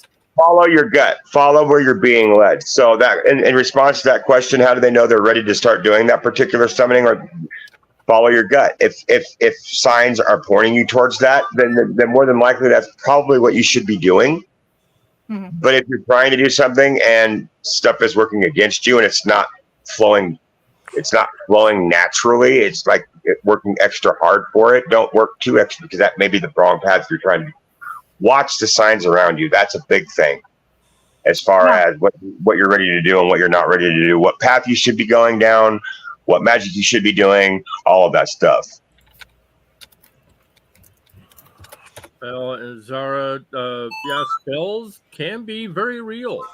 I've only done one in my years being in the community. I've only done one, and I had to do it because it was a banishing spell to get toxic people out of my life, and it worked. I know, right? When you ask the universe, please remove all the people that are not for my highest good, you better be prepared for that crap to work, because holy cow. Oh, wow. Zara's now calling us bullies. Okay. That's interesting. Okay. I think we have a troll. I don't think so, but that's wow. Interesting. The people you meet in podcasting. Wow. Hold on. Okay, Zara, bye. This is pointless. I'm done with y'all bullies. Christina, wow. Kidding. Zara, just kidding. I'm staying, lols. Yeah, okay. Okay. Anyway, Stacy Lynn, I will never own a Ouija board. I hope we spelled it right. No, but we get the point, Stacy. I get it. Yeah.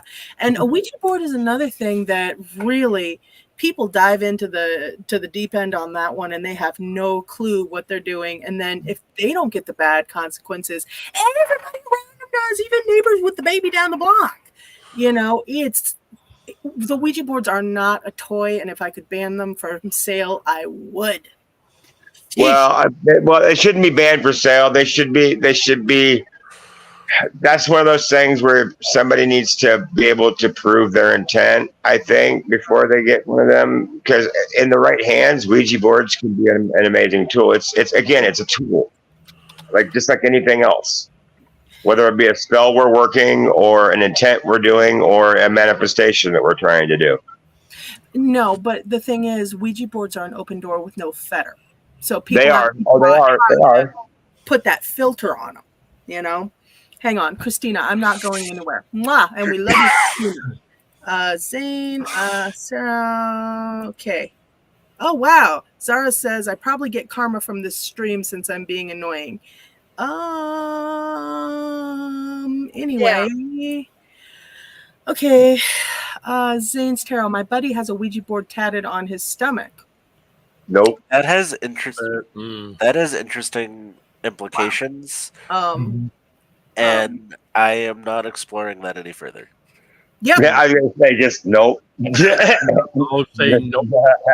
I'm going to write a whole story about that later. Anyway, Zara, I'm not trying to. I just yearn for connection for others like me, and I can't find anyone like me. Nicole, you ban them and people will still make and sell them because even more people will be curious. I know, Nicole. Still doesn't stop me from wanting them at least taught about. Yeah, you can't ban it anymore because people basically know the pattern of them and can make one if they want now. Yeah. Christina, I don't think Ouija boarders are bad, but I personally wouldn't use one no time soon. Well, and the Ouija board isn't technically bad. It's just an unfettered doorway. It's pretty much like leaving your front door unlocked in the middle of downtown Detroit. You can do it, but would you really want to? I guess it just depending on how much of a gambling person you are. Yeah, you really I don't gamble with those stakes, baby. Filters to, or like who and what you want to contact and protection before you do it. Also, I would also have asked that, but Zane's Tarot. I asked if I could use it. He said, "Hell no." Okay, guys. I would have asked that too. Yeah. Honestly, it'd been like, I think we all would have. Can I just put like a cup on your stomach? I just want to try something. You might. I just need to ask a question. That's it. I just want to ask a question. Zara, just have fun here. Well, Zara, I'm just trying to stop speaking darkness into existence. Everything is light. Oh, wow. Okay. Okay, Zara needs to find some balance. Yeah. Yeah. But that's another show. Oh yeah. You do need to do a show topic on that one night about balance and how to keep it. Okay, but what would I title it? That's the only thing. I mean, balance and how to keep it. Balance and finding the center. Something you got a clever mind. Yeah, but my mind's about to have an aneurysm. No, it's not. No, I'm just done. Whatever. I'm done. I got no more. I got no more to give, bro. I don't believe that. I don't think anybody here believes that. Cass believes it, definitely. Yeah. What? Yeah. Just say yes. Just nod your head, Cass. Yes. No, don't. I'm sitting very still. Yeah. I have no idea. I got distracted by stuff. Uh-huh. There you go. Say. Anyway, but no. So okay. Oh, Nicole. Thank you, Nicole. You are my extra CPU. Different types of balance. So spiritual balance. Yes, spiritual. Well, no, balance of everything, really. I mean, stop and think about it. Everything you need to everything needs to be balanced. We have both light and darkness, and as we. Oh, hold on. Are you okay? Hold on. What up? The cosmic balance. There's a balance there's a balance with everything. Mm-hmm. Dark and light. Actually, witchcraft, it's not light, it's not dark. It is gray. Mm-hmm. Interesting. Because you do have the light side, the good side, but you do have the dark side, which is more or less like the justice side of you. For like justice spells, karma spells to maybe get the karma out to that person. Mm-hmm. And with the Ouija board, I work with Ouija boards all the time. It's something that you do not do like in 4 years of practice or something. You would have to work up to it, because it's like everybody has said, it does open up a portal and everything. And if you don't know how to work on the Ouija board, I would not suggest it at all. And the worst thing you can do is if you start the Ouija board and then break the board, you're just making things harder. Yeah. Who's got the Zelda tone? That is Cass. I love it. Yeah, my phone is all either Zelda, Final Fantasy, or Resident Evil. Oh, jeez. Beautiful, beautiful. That's a beautiful thing. I'm going to tear up. Oh, we lost Gypsy. She just got goblined. God damn it. Got goblin? All the goblins. How do I get that? Something I was going to mention here. Christina, if you want some book recommendations, feel free to message me through Pagan Artist Spotlight on Facebook, and I'll be more than happy to give those to you. Or you can just put them in the private chat, and I can copy and paste them here, Earl. That too. Yeah. So go ahead and do that. Is this on the subject of when somebody asks about how to get started again? Mm-hmm. Okay, here's 2 books. I don't know if you can see it. What is Remembered Lives? Okay, you're a little bit. There you go. What is Remembered Lives? By Phoenix LaFay. Yep. Very good book. By Phoenix. Yep. Phoenix. Phoenix LaFay. LaFay. F-A-E, I mean. It's a very good book to get back on, to know that you may be stagnant in your craft. This book here will help you get back on it. Also, one of my friends, Matt's Psychic Witch. Okay, That's hold also on. a good book That's to also read. a good one. Psychic Witch, and what's the author? Matt Arn. Matt M-A-T-A-U-R-Y-N. Boom. All right. So apparently Zara is going to sleep. Good night. Good night, dear. Get some rest. Okay.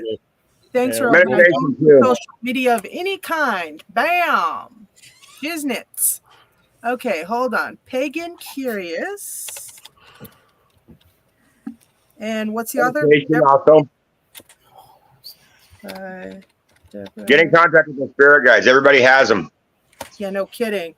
That's another one. That's a whole. Actually, I'm writing a book about it. Okay, here we go. See, what would you do without me, Alicia? You know what? I do not know, my dear. I do not know. I would be sad and I would be miserable. Aww. But what would you do without me? I would. Yeah, exactly. Yeah. Now I'm dropping food. Oh, I mean, you would cry yourself to sleep every night, Matt. It's okay. I know. Oh, I would. You know it. We're good. We're good. So here's another one. Okay, hang on here. Okay, hold on. Positive Pagan? Food. I spilled a little on Lisa Wagner. No, my fault. Not you. I got a big enough. God, that tickles me every time I hear that sucker. Right? And then, as always, like I said, the Big Green Paganism book by Joyce and River Higginbotham. Okay. Tell me the title of that one. It's just called Paganism. I call it the Big Green book. Paganism by Joyce and River Higginbotham. Joyce and River Higginbotham. Okay. I can't remember Scott Cunningham. I don't remember the name of the title of the book, but Scott Cunningham, I do believe. Everything by Silver Raven Wolf and Scott Cunningham. Yep, you're right. Yeah, you're talking about. Yep, that green book right there. Yep, the big Wicca book. Yep, it's Wicca, the Guide to Solitary Practitioners by Scott Cunningham. That's one. And the Nico. book after it, which is Living Yep. Wicca, the second book by Scott Cunningham. These, I think they're back in print again, but they were out of print for a while. I know. That's sad. He had. See, why they got Buckland's Big Blue Book. Yep. Nicole Buckland's Big Blue Book. Anything by Raymond Buckland as well.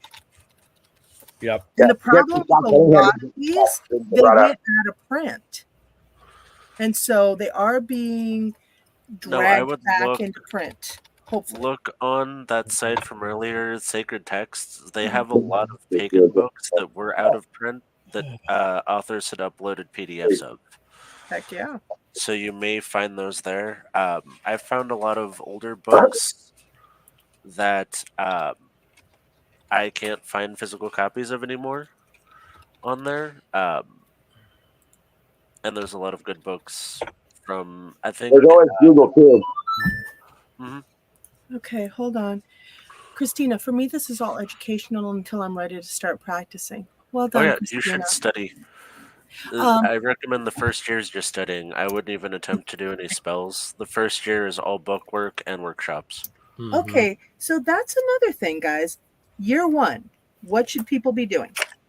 Just study? Study, correspondences, Networking with people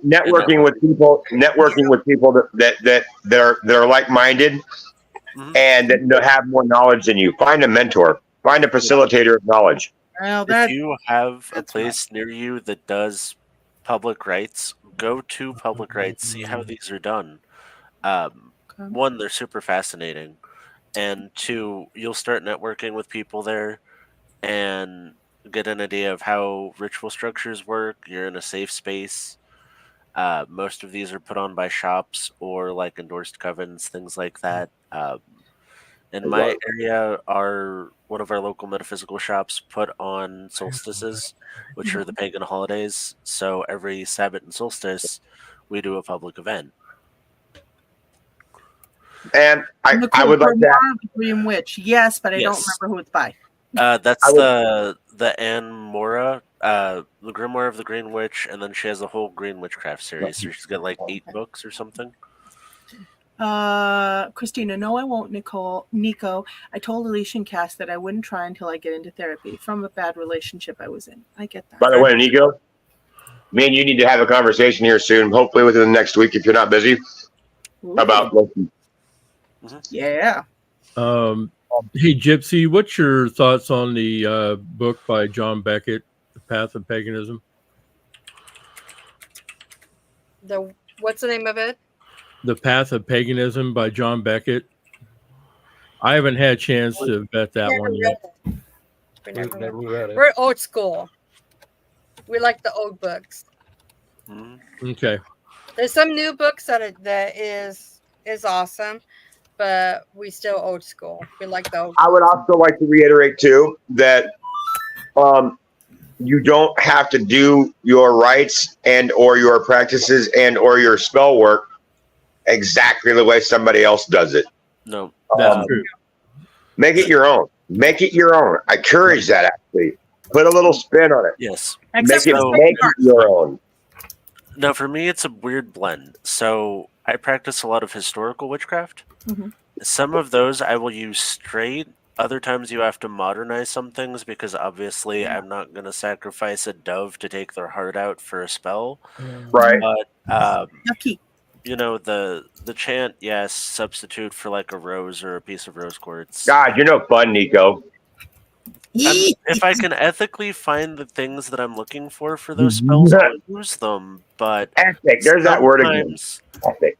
Sometimes I can't get them, or it's not necessary in modern times. Like, some of them are just ridiculous and they're cool to learn about, but there's no way that I would ever like actively do it. There's one to find somebody who's cast upon you, and if they go to church, you're supposed to go to your shed on a Sunday and blow into a pig intestine, and the church is supposed to blow wind in church. So you have your friend in church. I ain't doing that. And they're supposed to tell you who blew wind in church, and now you know who did it. But who's going to really do that anymore? Like, no, thank you. Okay, no, there are plenty of people that would, Nico, but I'm just saying it's gross. Okay. Yeah. Nicole, I like Lindsay Squire's books. And then Stacy, is those books on any audiobook apps? I don't know. 90% of those, if you look on like Audible or the Kindle audio, you'll probably find a lot of those. Yeah, you will. Yep.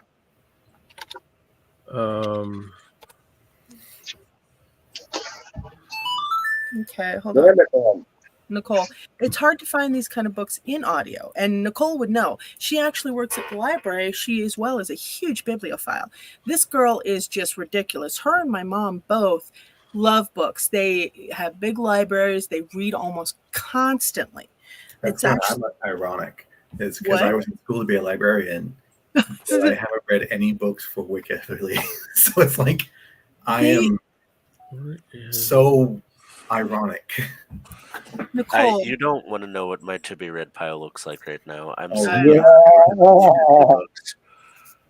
I know, Nicole, hard to find them digital. That is true because they tend to, they tend to not get depends. transferred over.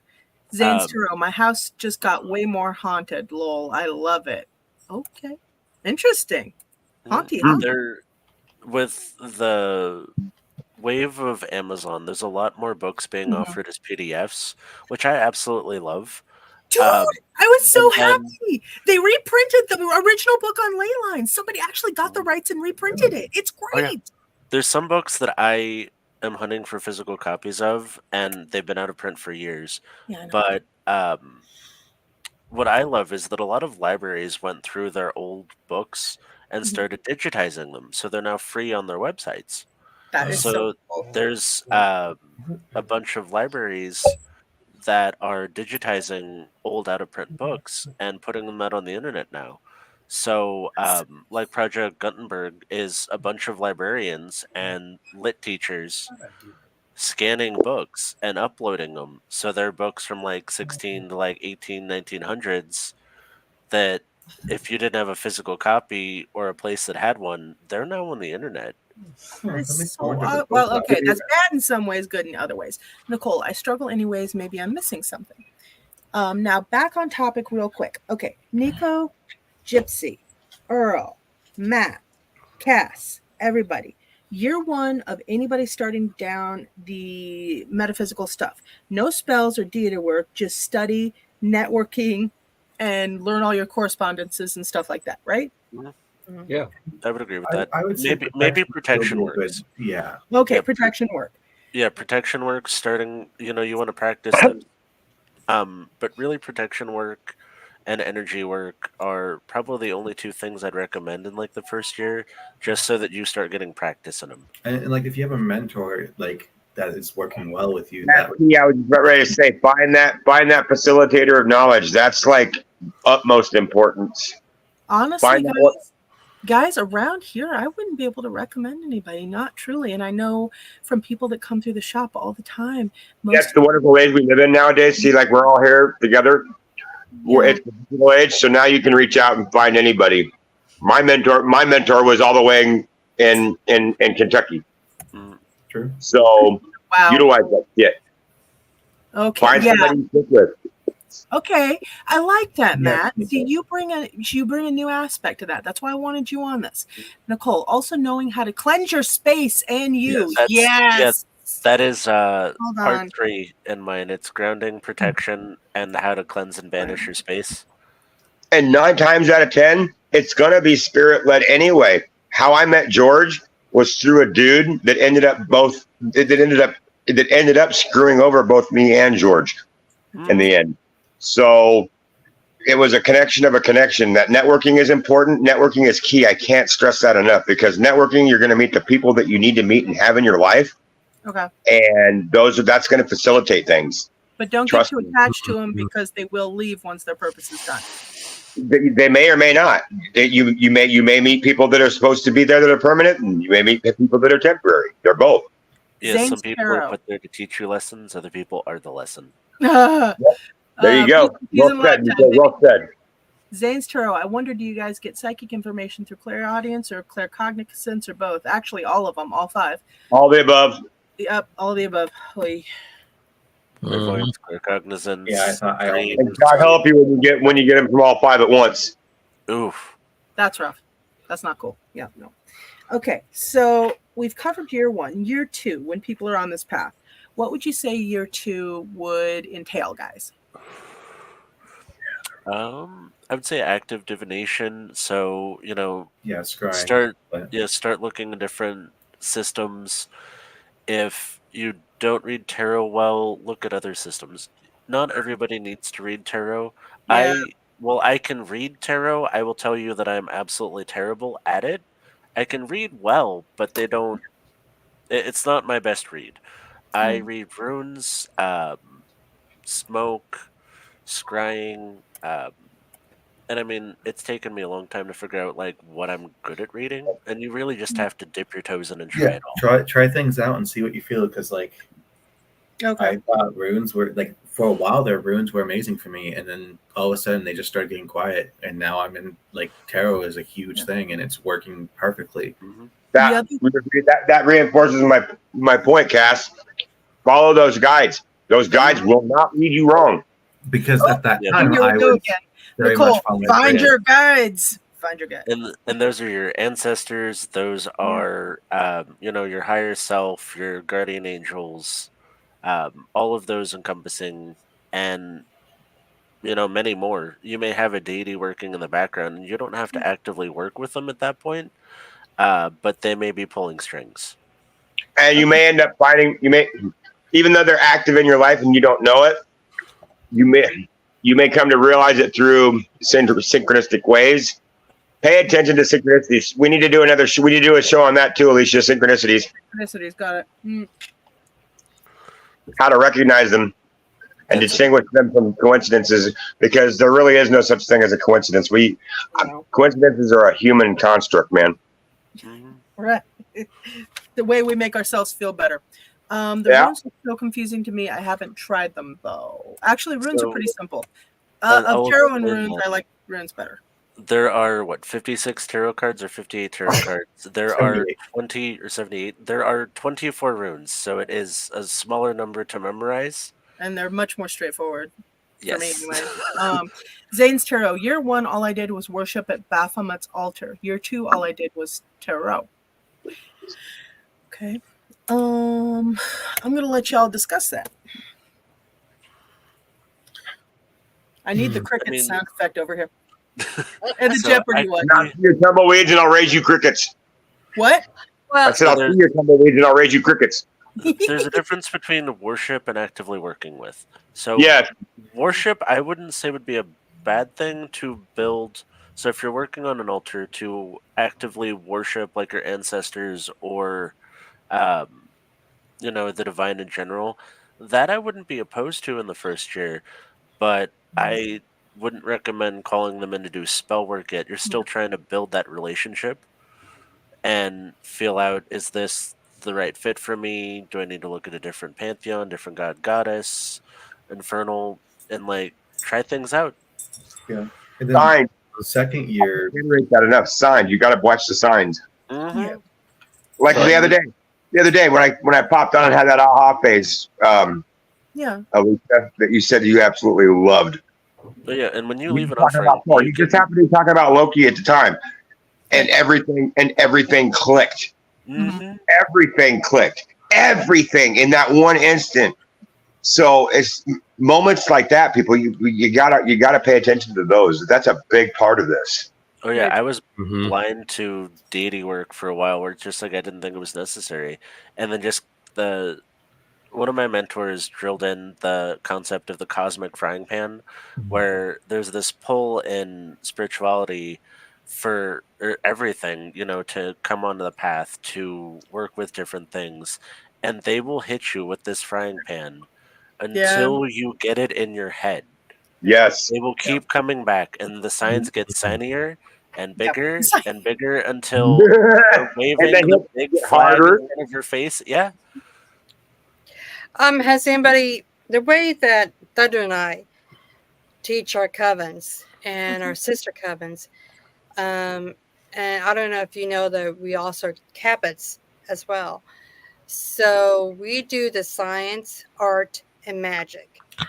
Okay. As the science will be like empowerment yourself, laws of attraction, grounding, focus, visualization, getting to know how you can meditate and everything. That's a big one. Where the basics of the witchcraft came from, the history of it and everything. Then we move into the art, which would be divinations, getting to know how to do flame readings, egg cleansing, back up like that. And then the magic part will, of course, be the spell part. Now that's how we split up our years of training. Our years So of it's only training, 3? well, it's 3 just from there. That's the basics.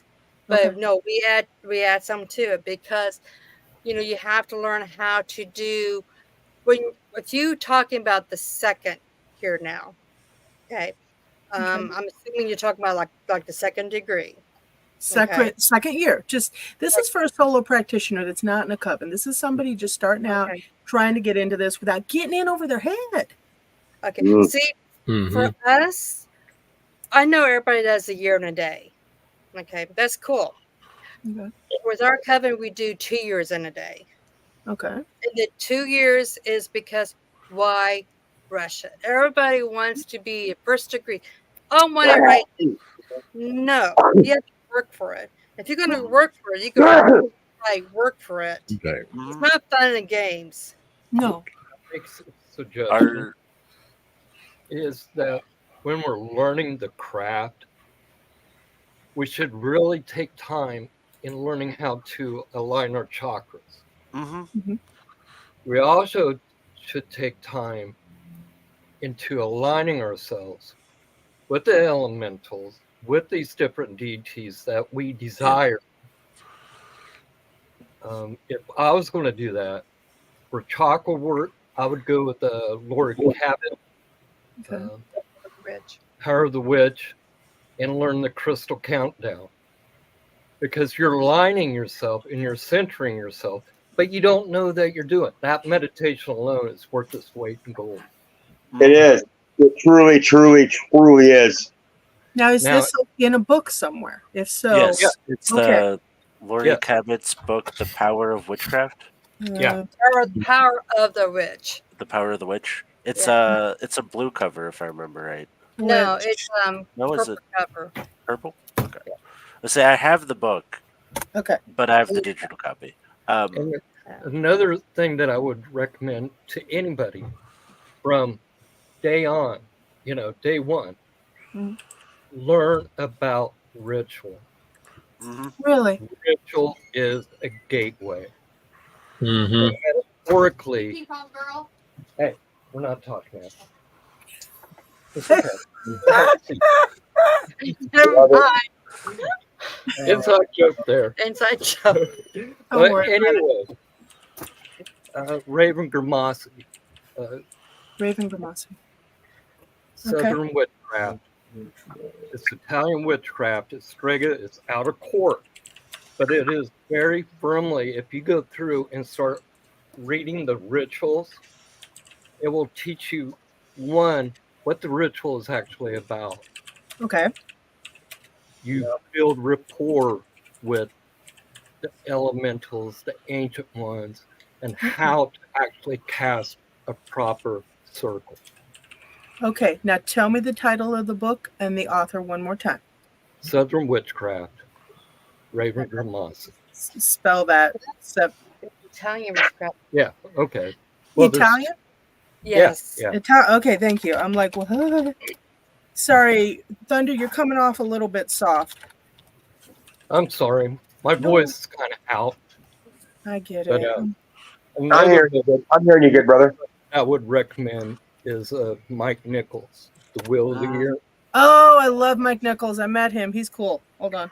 Mike. I also while you're typing that, Alicia, does anybody here know truly why the word pagan is used like it is today? Does anybody know the true meaning, the true definition of the word pagan? It's going to be Nico. Nico? The etymology of the word pagan, I don't know off the top of my head, but the etymology of the word heathen is the one who worships outside. Well, okay, so pagan, all it was country folk. That's what that word meant, is country folk. The folk out of town. Yep. And so it wasn't until Christianity got their hands on it and turned it into propaganda that paganism. If it's not Christianity, then it's got to be paganism, and that's where the word paganism came from. One book that I would recommend that does a lot of visualizations, meditations, and like working on energy work techniques is Secrets of Shamanism by Jose Stevens and Lena Stevens. I don't know if it's still in print. I've had this thing for years. Okay, it's Jose and who? Jose and Lena Stevens. I put it in our chat too. But this thank God. has a crystal meditation like Lori Cabot's, where it goes through and helps you align the chakras and absorb colors to align yourself. This goes over visualization. You create a rose in your like mental space, and then it Hold has on, you like Earl. Wait, just 1 second. dissect the rose, take it apart, put it back together, change the colors of it. And those are, as well as energy work techniques to help you kind of feel and sense yourself and start to manipulate yourself on your mental and astral space. Nice. All right, Earl, what's the title of that book? This is The Elements of Ritual by Deborah Lipp, Lipp. All right. Deborah Lipp. All right, sweet. Now, Christina, Gypsy and Earl, do you recommend joining a coven for a beginner? Go ahead, Gypsy. I knew you was going to say that. Nicole, ooh, these sound interesting. Don't think I've ever seen them in a store. Yeah. Okay, so it's really up to you. It's how you feel. Yes. If you want to be solitary, that's fine. Solitary, you have to really be motivated, really stick it out. Yeah, you that's really got to do it. With the coven, I think it's a lot better. Not because I have a coven or anything. It's just because with the coven, you have to, well, you don't really have to, but it kind of gives you the motivation to go and work, to worship, to, work on your studies and ask questions and everything. A coven is better, I think, but it really comes down to what you feel is right for you, because covens are not for everybody. Believe me, there's a lot of dynamics that goes into the coven. Yeah. And you have to have those coven dynamics to, just like we have politics, where you have to kind of get everything into control. Mm-hmm. Being a solitary, you pretty much on your own. You can do whatever you want, but are you getting a lot out of it?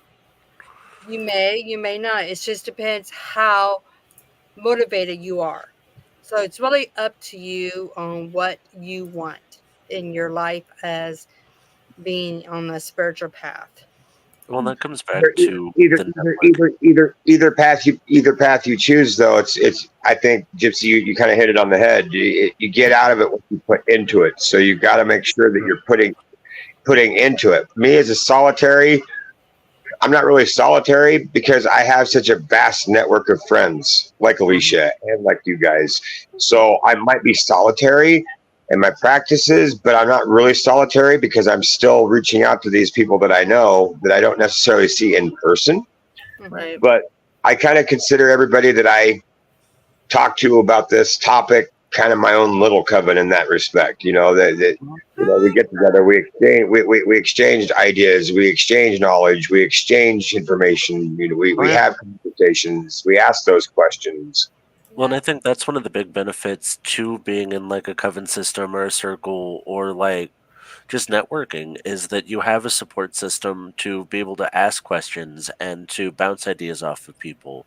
Yep. And like Chrissy and Chris are my high priest and priestess, and I use them not only as a resource, but it's like, hey, I need an objective look at this. Is this appropriate for the situation? This is what I want to do. Am I in over my head, or is this the right thing? Yeah. Out of my pay grade immediately. I mean, I'm an Aries, so I get a little hot sometimes. No, I get it. As a Capricorn Sagittarius, I feel you, brother. Well, you're also a tiger in the Eastern Zodiac, so that's a lot there. Yeah, that's a lot to unpack. But no, hold on. Nicole, got to be able to agree on what stuff's being manifested and what's not. Very true. Christina, same question for you, Cass. Sorry, I'm really distracted. I'm so sorry. They're solving secrets. Don't you hear all of his Zelda notifications? He's over there solving puzzles. No, he's not solving puzzles, Keep getting messages. Oh, what was the question? I think on not telling you. Scrolling up. That's mean, Alicia. Wow. The mean streak of you tonight is wide. The question was, do you prefer a coven or a solitary? How would you Gypsy. So that? I'm a solitary, but I'm looking to either start or enter a coven. So it's like I can understand the appeal of it. You help each other grow. So it's like a big thing. Yeah. But you can still grow while solitary. So it's really a matter of what you feel like you would want to do. Zane says you have to put in the footwork yourself versus you have people around you testing you and giving you information. Like, for example, the coven, if we do start it with there would be one person that already wants to focus on herbal magic. Mm-hmm. Another person wants to focus on divination. And energy That's work. why I picked the village. Another person wants to focus on more of research stuff, like just general research. And it's like, so we can all help each other and lessen the time it takes to learn all these things. Mm-hmm. I would like to.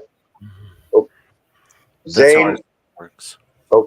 Zane, I guess if I had people around me who are openly practicing magic, I would want to collaborate. But sadly, there is nobody in my friend group who's into magic. And that's what I find a lot. That's part of the reason I started the shop.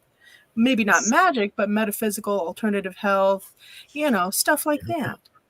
I was going to say, throw me a friend request on Facebook, Zane, Matt Bennett. We'll talk. I'll get you in some contact with some people that you can discuss with. That's awesome. There's a reason he's on the show tonight. I know. Here's a kicker for you.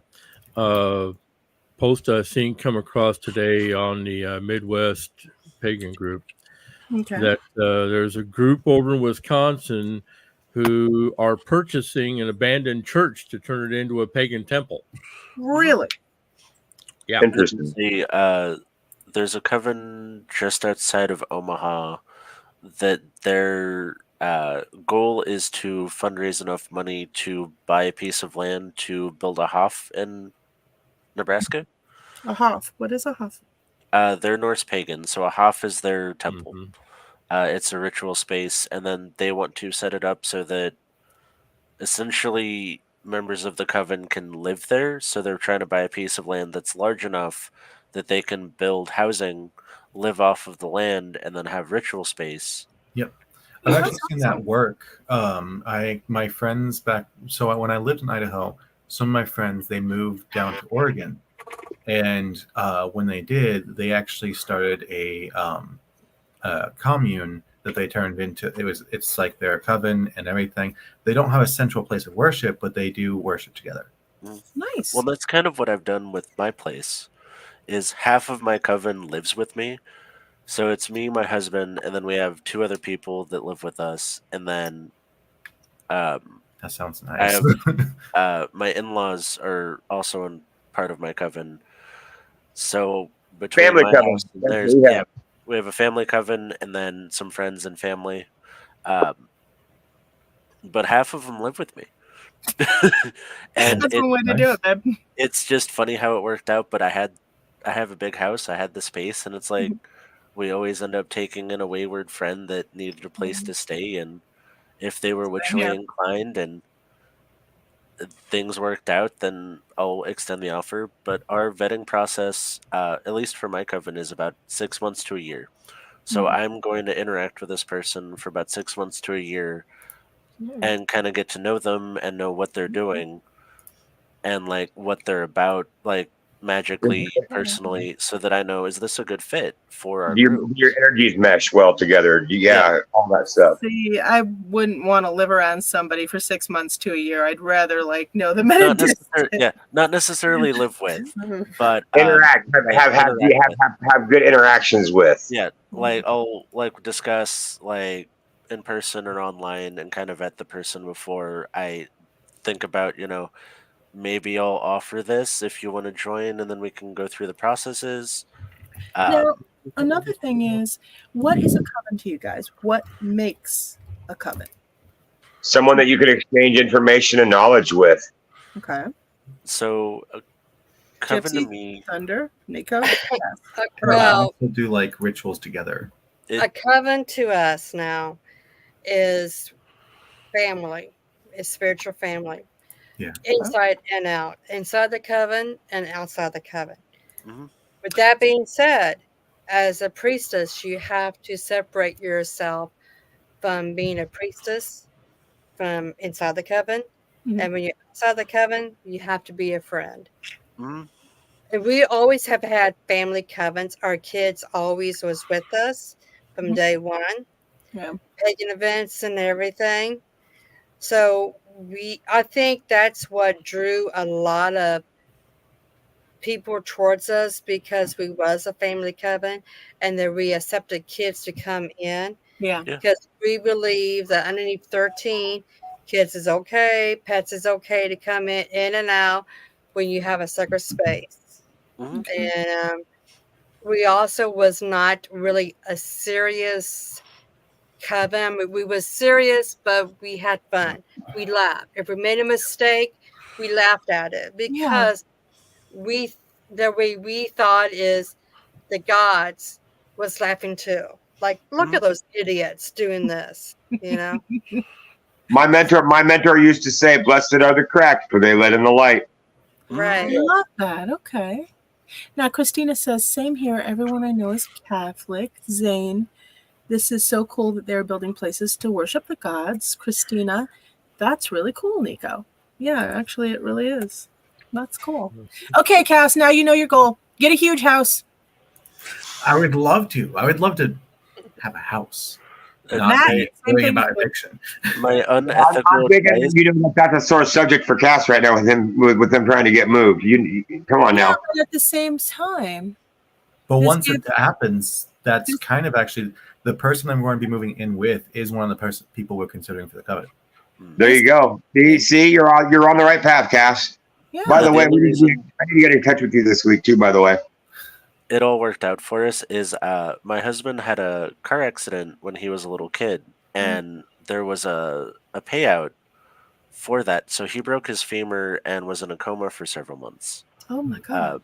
He got dragged under a car when he was a little kid, and they had an insurance payout. Well, we didn't know about that till he turned 21, Okay. and he started getting these checks. And we were both working, so he just put them all in savings.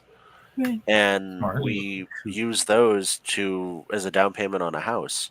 And I mean, I'm 32 and I own my house. That's Right. amazing. But that's the only reason. We were looking to get out of renting, and it's okay, if we pull all our money together, we could afford a house that was under $120,000. And it was a rough find in my city. you can't find a house for under $120,000 anymore. Right.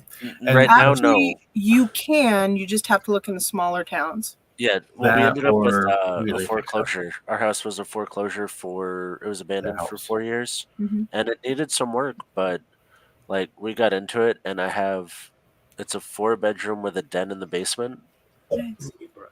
and Wow. it needs some work. There's always something to do, Yeah. but it's been a wonderful experience. Yeah, that sounds, and that's the thing. It's literally getting a house like that, and that's the advantage of being poly. Mhm. Oh yeah, that's the 3 modern incomes instead of equivalent 2 or more. Mhm. That See? support system. But at the same time, a coven doesn't have to be poly. It can just be a group family. No, you can have a group of friends, and You can make a corporation which makes you function as a single entity and buy a piece of property where everybody that's in the corporation or your coven is a benefactor of this.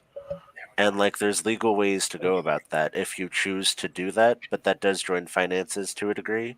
I was It does. gonna say, you would have to have everybody be very level-headed about it. No drama, which I have never found a coven with no drama.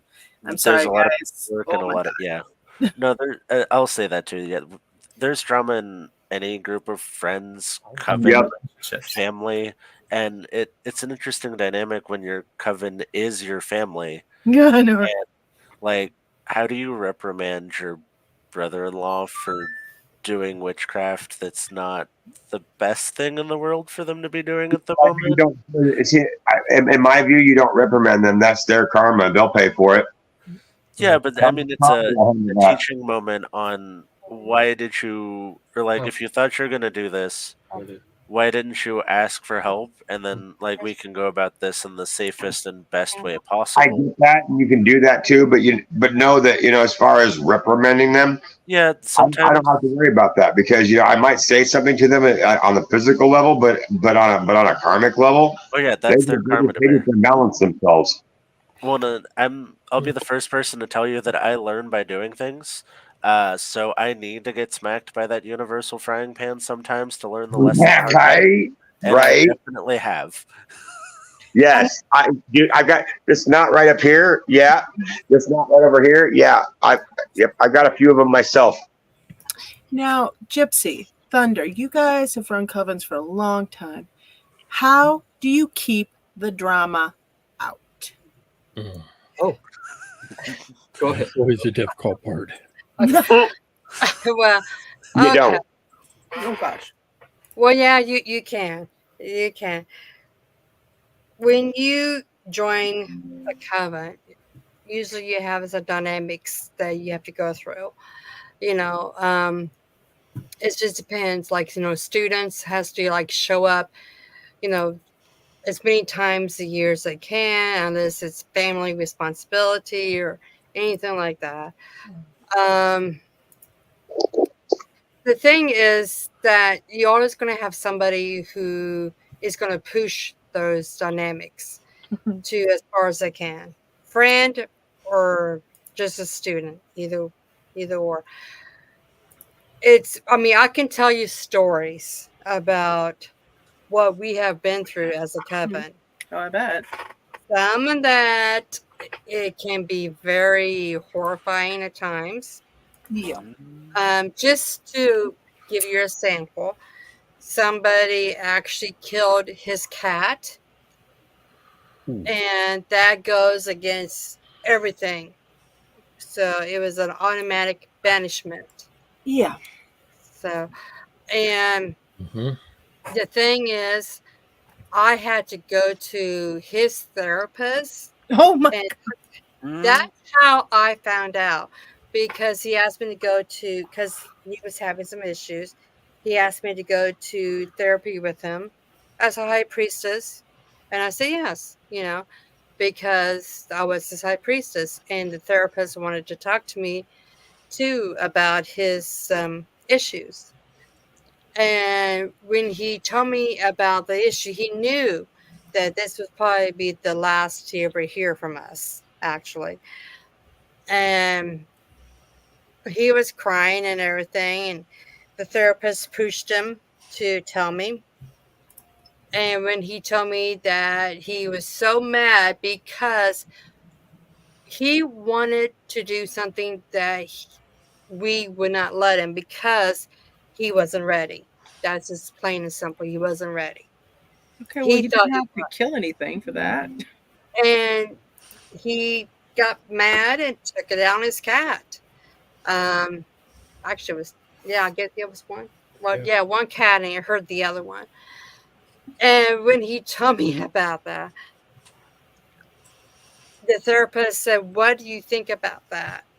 And it was just like, "What do you think I think about that?"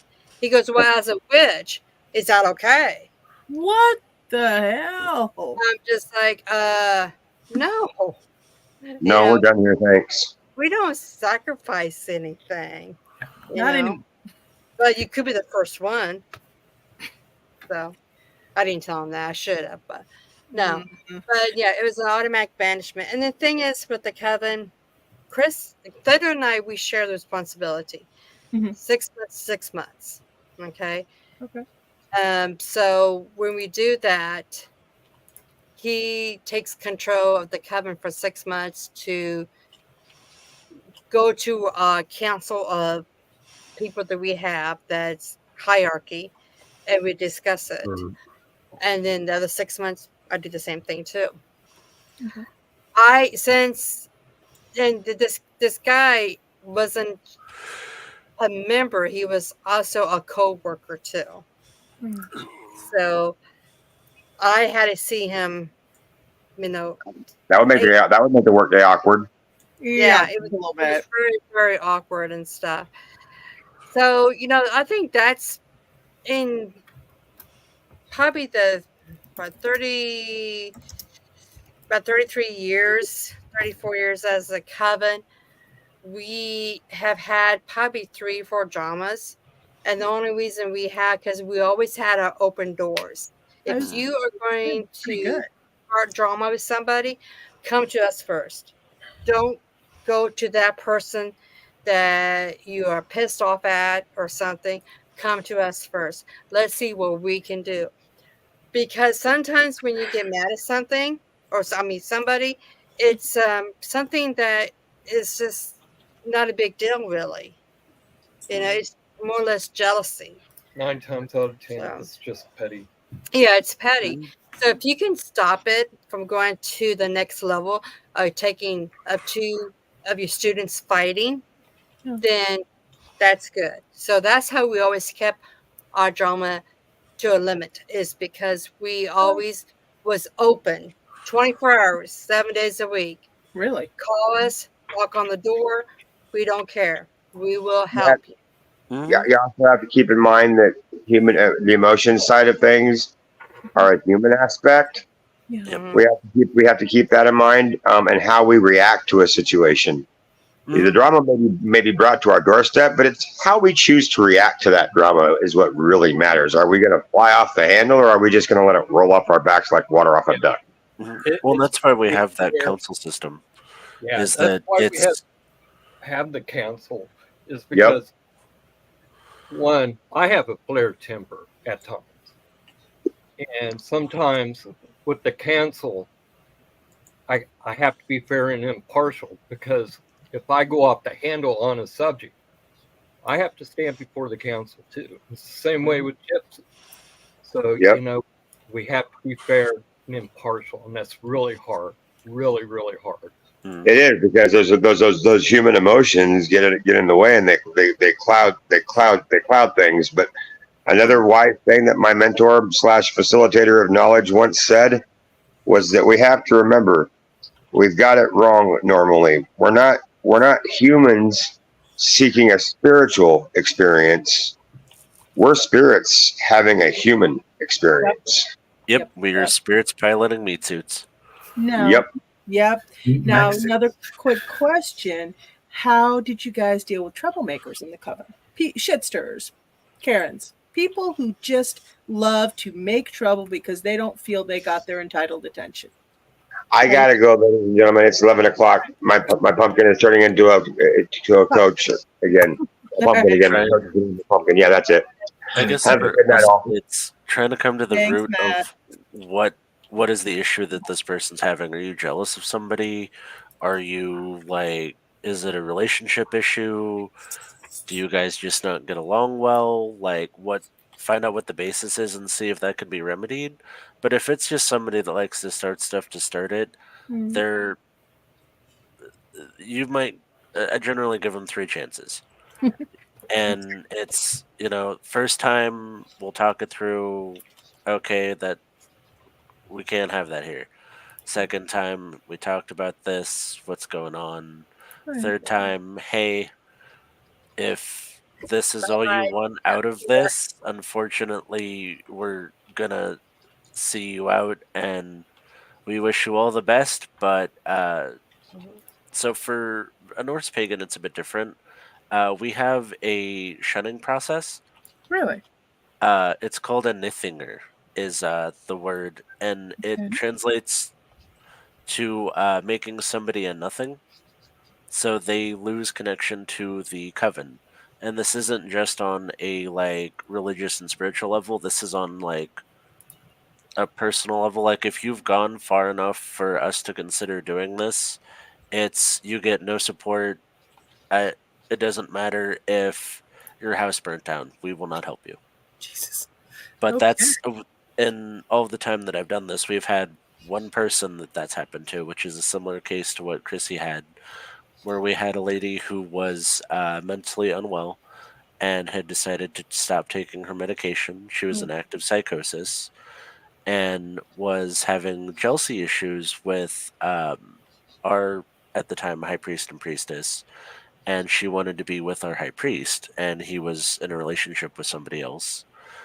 And she tried to drive a wedge in there, start rumors that they were cheating on each other, and then even went as far as to publicly uh, try to erect a kneading pole, which is like a horrible, horrible curse in Norse paganism. It's one of the worst curses you can inflict upon somebody, which is essentially she was publicly wishing death upon them.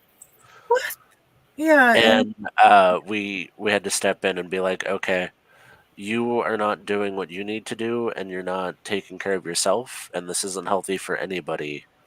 So we had a council meeting and agreed that she was going to get knee fingered until she could get help, and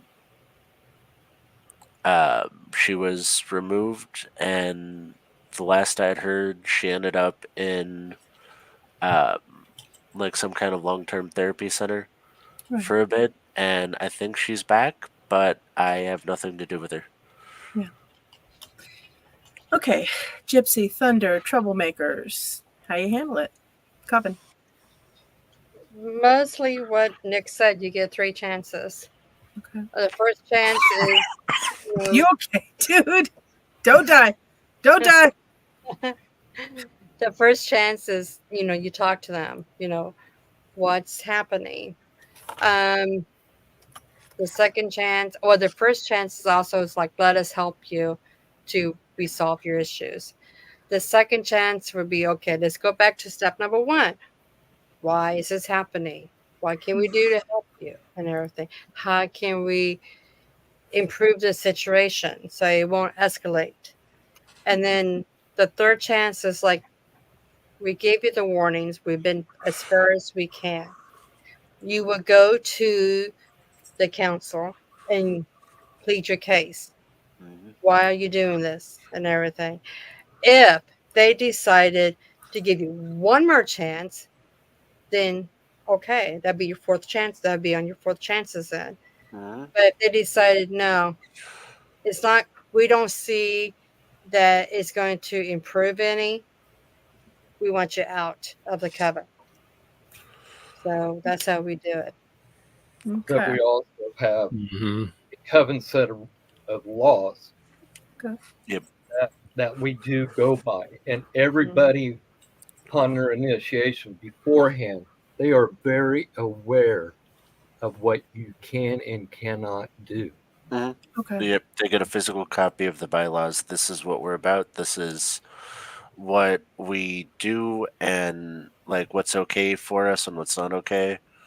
Yeah. And if like we have like anti-discrimination clause, you name it, it's in there. So like no bullying, no bigotry, no discrimination for any reasons, and that goes for all members. Like if I had a priestess that was being problematic, and we talk about that, and then go from there because you just broke the bylaws.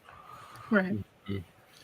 Yeah, and with Gypsy and Thunder, I mean, they will give people chances. I mean, they're good people, and I agree with everything with what Gypsy just said. Well, that's good. Okay, now here's another question, and then I will get to the comments, guys. Question: How do you handle the negative blowback from somebody being ousted from the coven? That's another thing. Because a lot of people get pretty damn nasty when you say, hit the road, Jack. Yeah. If it's not mutual and they're getting feisty, generally we do proactive spell work. So if we're considering that we're going to shun somebody, we're going to start doing protective work, charms against witchcraft. And then I generally put everybody in the coven on like a 1-month cleanse. So you're going to do your cleansing methods, whether that's sage, your spiritual baths, prayers, things like that. We're gonna go do that through at least the first month, and then check and kind of see, do the diagnostics. Is anybody getting hit with anything? Has anybody heard that they're doing any work? And kind of see where things are if we need to do it long term for a while until they get bored of it. Mm-hmm. Okay. Before I bug out for the night, I've got one more book recommendation. There we go. And this one is, basically, I know this person very well. And basically, if anybody's wanting to learn about Appalachian magic, this one here. Okay. Ranches, Yes. Roots, branches, and spirits. Yes. Everything by her. Everything by her is absolutely amazing. Yep. She is a personal friend of mine, and we keep in contact regular. And this is definitely one book I recommend. That is folk witch approved, by the way. I'm also an Ozark folk practitioner, and everything by her is fantastic. Every book is worth buying. I have every book that woman's wrote. Nice. Zane's Tarot. I want everyone to have their own personal pantheon building where they can build altars to all their gods and worship as they please. Christina, wow. Zane, any animal. Christina, do you need a sponsor to join a coven? Christina, by Matt. Oh no. Zane, if you ain't choking, you ain't smoking. Okay, so, and Christina, interesting. The sponsor on a coven, it depends on the coven's bylaws and like how their vetting process and like how you get invited. For me, generally, if I've given you an invitation to join the coven and you've accepted, there's a ritual, and then you were assigned a elder from the coven that's going to kind of help guide you. You have questions, they're going to be there to answer. Other covens, it's the entire hierarchy that may be available for that. I have a smaller coven, so we generally assign one of our older members to help kind of take on the students so that we spread out the students a little more. Because if I have 5 people that I'm trying to teach at the same time, that can be a lot for one person. Now, here's another question. What if you don't necessarily want to join the coven, but you just want to learn about some stuff and need a little bit of mentoring? Absolutely. So we have what's called the Outer Circle. Okay. Which is, your friends of a coven. We do public rituals, events, things like that. And if those are for open circles, so you can be invited by a coven to go watch or participate in these, and you are under no obligation to join the coven. These are just there for networking, community, and try things out too. Yeah, come join us, come hang out, have tea. We did Havamal study for one of them where we went through the whole Havamal, and it was coffee in the Havamal. So we'd go meet down at a coffee shop we put up an event at our pagan store that, hey, this is where we're meeting, this is what we're doing. If you want to learn, this is what we do and who we are, and come down and come study the Havamal with us. That is 100% awesome. And just to add to that, Alicia, is that everybody's welcome to worship and everything or to study. But when it comes to like initiations, dedications, anything like that, those are closed off Yes. to those Yeah. people. Yep. Those are inner coven workings. Okay. Now, another thing that I really wanted to cover. What year would you say within, let's just say a solitary practitioner, they're teaching themselves. Year 1, study, networking, no spells, but find your guides, do some protection work, stuff like that. Year 2, that's active divination, such and such. When it comes to deity work, when it comes to summoning, when it comes to mirror spells, when it comes to sour jars, hexes, anything like that, and of course, actually taking out dark spirits from other people as well as yourself, what year would you say it would be okay for people to actually be doing this? Ooh, deity work, I'm going to say 5 years plus. Okay.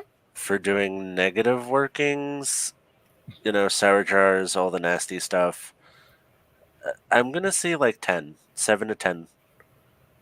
Like, I want you to be a seasoned practitioner. I want you to know exactly what the backlash is, how to protect yourself against it, know in and out of what you're doing and what the consequences And are. precision, yeah. Yes, Okay. and be able to reliably hit what you're trying to hit and not cause any casualties outside. Collateral, yeah. Yep. And not be a petty hoe about it. And have the Okay. reasoning to be able to do it.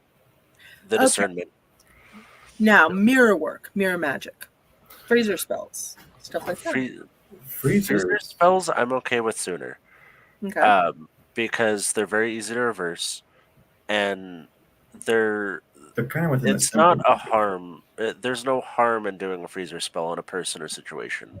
You're putting a pause on the situation or cooling somebody off. Okay, so what year? I would venture to say 3, or maybe sooner, depending on if there's a shit hits the fan scenario. I may teach that sooner, depending on what that person's going through. Because unfortunately, there's sometimes a trial by fire situation. Okay.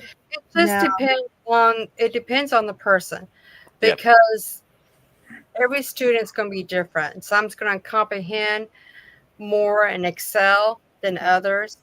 Always. So, you always want to test them and see. We're always testing our students. This is for solitary practitioners, Gypsy. I'm not talking about somebody coming through the coven. Solitary. Okay. Solitary, yeah, I would agree with Nick. Sorry. Most people that walk into my shop, they are not even interested in a coven. And I don't honestly blame them. I can't really. I'm a spiritual freelancer. I can't throw stones at that. But I want to give them a basis of what they should be messing with when. So mirror spells. I would say year 2. For mirror spells? No, I'm doing magic. Because that's when you want to build your alignments. Yeah, I was thinking simple spells. Yeah, simple spells here too. As Raven Grimasi would say, flex your etherical muscles. Okay, but mirror spells you can get into a lot of problems with. Yeah, mirror spells way later. We're talking simple spells like blessings, healing work, luck charms. Yeah, I try to steer clear of forced love spells, but draw a lover, draw your soulmate. Yes, forced love spells later if you absolutely want to. Love spells, it's good to keep it vague. Yeah, the bigger you are, the better off they tend to work. Which is funny because I think you want precision. With all spell work, you get exactly what you ask for eventually, and it's that very bitter medicine of learning that that's not really what you wanted. Right. And you also need to make sure that you get yourself protected, very much shielded, because if you don't, you're going to get kicked back. And learn how to shield your ritual space too. Right. And how to ward against backfires. Learn the hard way. I was going to say, and that was covered within protection, shielding, warding. And you said most of that should be in the first year? Is that right, Nico? I want them to be able to have already been well-versed in that before they're starting to actively practice. Just so that they're aware of what they're doing, how to do it, and I don't want to say mastery of it, but they're adept enough in it that they can confidently do it. Essentially, build your house before you live in it. Yes. Always. Yes. But again, okay, so binding, what year? Ooh. Yep. So binding like love spells or binding like from harm? Binding from harm, binding other people. I would say binding from harm. 3 to 4. I would say do that. Well, if you're going to bind from harm, it's a very simple spell at times. It just depends on how you want to go about doing it. Because there's different types of binding. Mm. Just a simple binding spell. You can do that within year 2, year 3. Yeah, I would agree with that. Okay. Christina, Okay. what is binding? All right, guys, take it. Okay. Take the question. Binding is tying somebody or a situation down using you can use threads and like an effigy or like a name paper, and then you're most likely chanting over this and you're tying the object up, and it's like, I bind you from doing harm, I bind you front and back. It's like a geas in like fairy folklore. Yeah, you are limiting the situation of the person from doing this by restraining them on a magical level. Inflicting rules. Yeah, you're putting Inflicting rules. I like that. And so you can bind a lot of things. Lovers, you can bind your ritual tools to yourself, which I would put that much sooner, because probably in year 2, like binding ritual tools to yourself as part of like building your house structure. As far as binding from harm, probably 2 to 3. Okay, guys, I'm just going to stop you right there. Zane's Tarot, I have the spell on me that repels me from the shower. It's gnarly.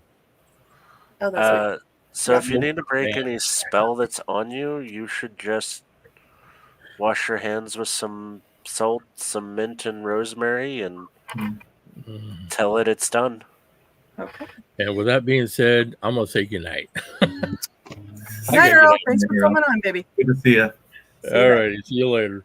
Bye. Nicole, are binding and freeze spells are considered the same? They can be similar. The same, like meet the same end, but they're done differently. Yeah. So they can be the same, and they can be different too. Just depends. They can be in the same category.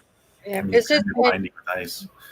How you want to bind, what you want to bind, what you want to freeze. Now, mirror spell. What year? Mirror spells. Mirrors in general. Messing with them. So outside of scrying purposes, I was going to say scrying is not scrying. I'm not. Well, scrying can be a real nasty trip too. So yeah, because you got to learn how to close that off before you scry. How to that's direct true. it. But that's also part of protection. Is closing your mirrors. Yep, you need to be able to close and get rid of anything before you're going to get open it. I know of a lady, she decided when she was 5 years old to go paint a mirror black and use it to summon stuff. It worked. Yeah. Oh yeah.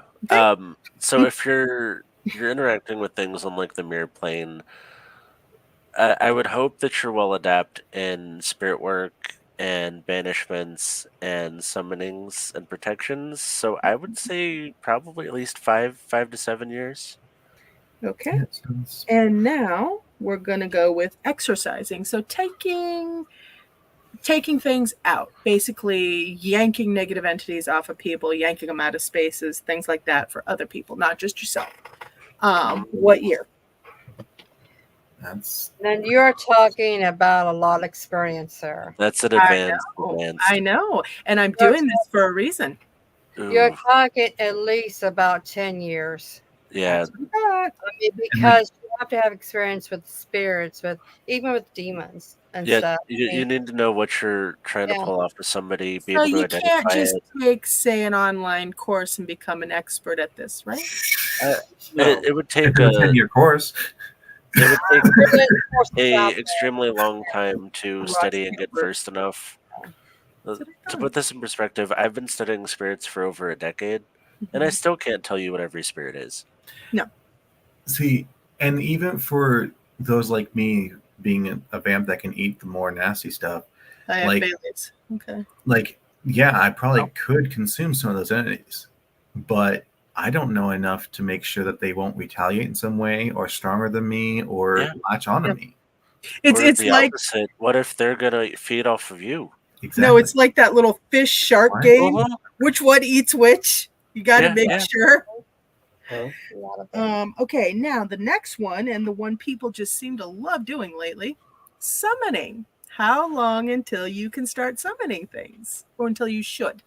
Like, so are we talking things outside of like deities, angels, or including deities and angels? Spirits, demons, Spirit angels, work. fairies, Like whatever the demons? heck No. they please. There, like, because there's difference between full summoning and just seance. I'm not So- talking about a So- seance. Okay. if we're talking about like yanking a spirit from its ethereal home and bringing it here, I'm gonna say at least a decade. Okay. Yeah. Because you need to be able to know what that creature's capable. Back to the spirit work, what that creature's capable of, how to get it there, and how to do it without messing it up, Mhm. and what your contracts are for working with these creatures. Because I have a story about somebody that invited a spirit into their house to do work for them, and never asked what the price was for the work she asked for. The price was her dog, by the way. Oh. Could have been a lot worse. Yeah, but it was still one of those healthy dogs suddenly passes away. Yeah. And I'll tell you, I had a similar issue when I first started. Is I needed to do a justice working, and I was heated, and I knew that the crossroads and the crossroads spirits are very good at that. Hmm. So I took my offering and effigy of this person to the crossroads, and I offered them to a spirit that I had absolutely no business working with. I tried to offer somebody to Papa Legba as a white Whoa. person who is not initiated into Voodoo. Hmm. And How'd let me that go? tell you, I had a car crash. So that was the year I had a car crash, was diagnosed with 7 food allergies, and got diagnosed with glaucoma. Okay. So the Yeah. snapback. Yeah, so like Now, I said, I learned things firsthand. one thing I do want to say about working with these spirits and deities. One, everything's in exchange. There is Yep. absolutely nothing for free. But number two, just because they tell you something doesn't mean it's the truth. Exactly. You have to discern and Everything. fact check them. Even Fact with check like working everything. with my goddess, like I'll ask a question, she'll tell me, Mhm. and I'll be like, okay, and then later on she tells me something different, and I'm like, why? And then I realize I wouldn't have done the actions I did if she had told me the correct way. You And have to that have the is- discernment. That's the nicer side of it, but I'm Oh, talking about stuff can actually lie about what it is. Oh yeah, absolutely. And that's I something I know- worry about right now with my goddess, is because like I'm in a bit of a like wavering moment because I'm in that leap of faith part, Mhm. and it's like I will I tell you. want to see where this goes, and if it gets negative, I'm going to look into it more. I will tell you, there are at least 2 shops around here, 2 metaphysical shops, that took dark deals without understanding what they were. About 4 years ago, something came to me. And I was like, nah. And then it revealed what it was. But I had to look at what it was asking me to do. And I was like, yeah, there's no way that deity would ever ask that. Move on. And it did reveal itself in the end. So spirits can lie. Just Oh, yeah. because they're dead, just because they're on the other side, does not mean that they are all powerful, all seeing, almighty, all truthful, absolutely wonderful. So that's another thing. Oh yeah, your ancestors were people. The yeah. gods and goddesses are capable of lying to you. And some There's were people. spirits that are lower vibration trying to masquerade as a god or goddess to get your time, energy, and worship to further their agenda. Or my favorite is, oh, I had this intuitive idea to make a spell. No. What told you to do that Never. spell?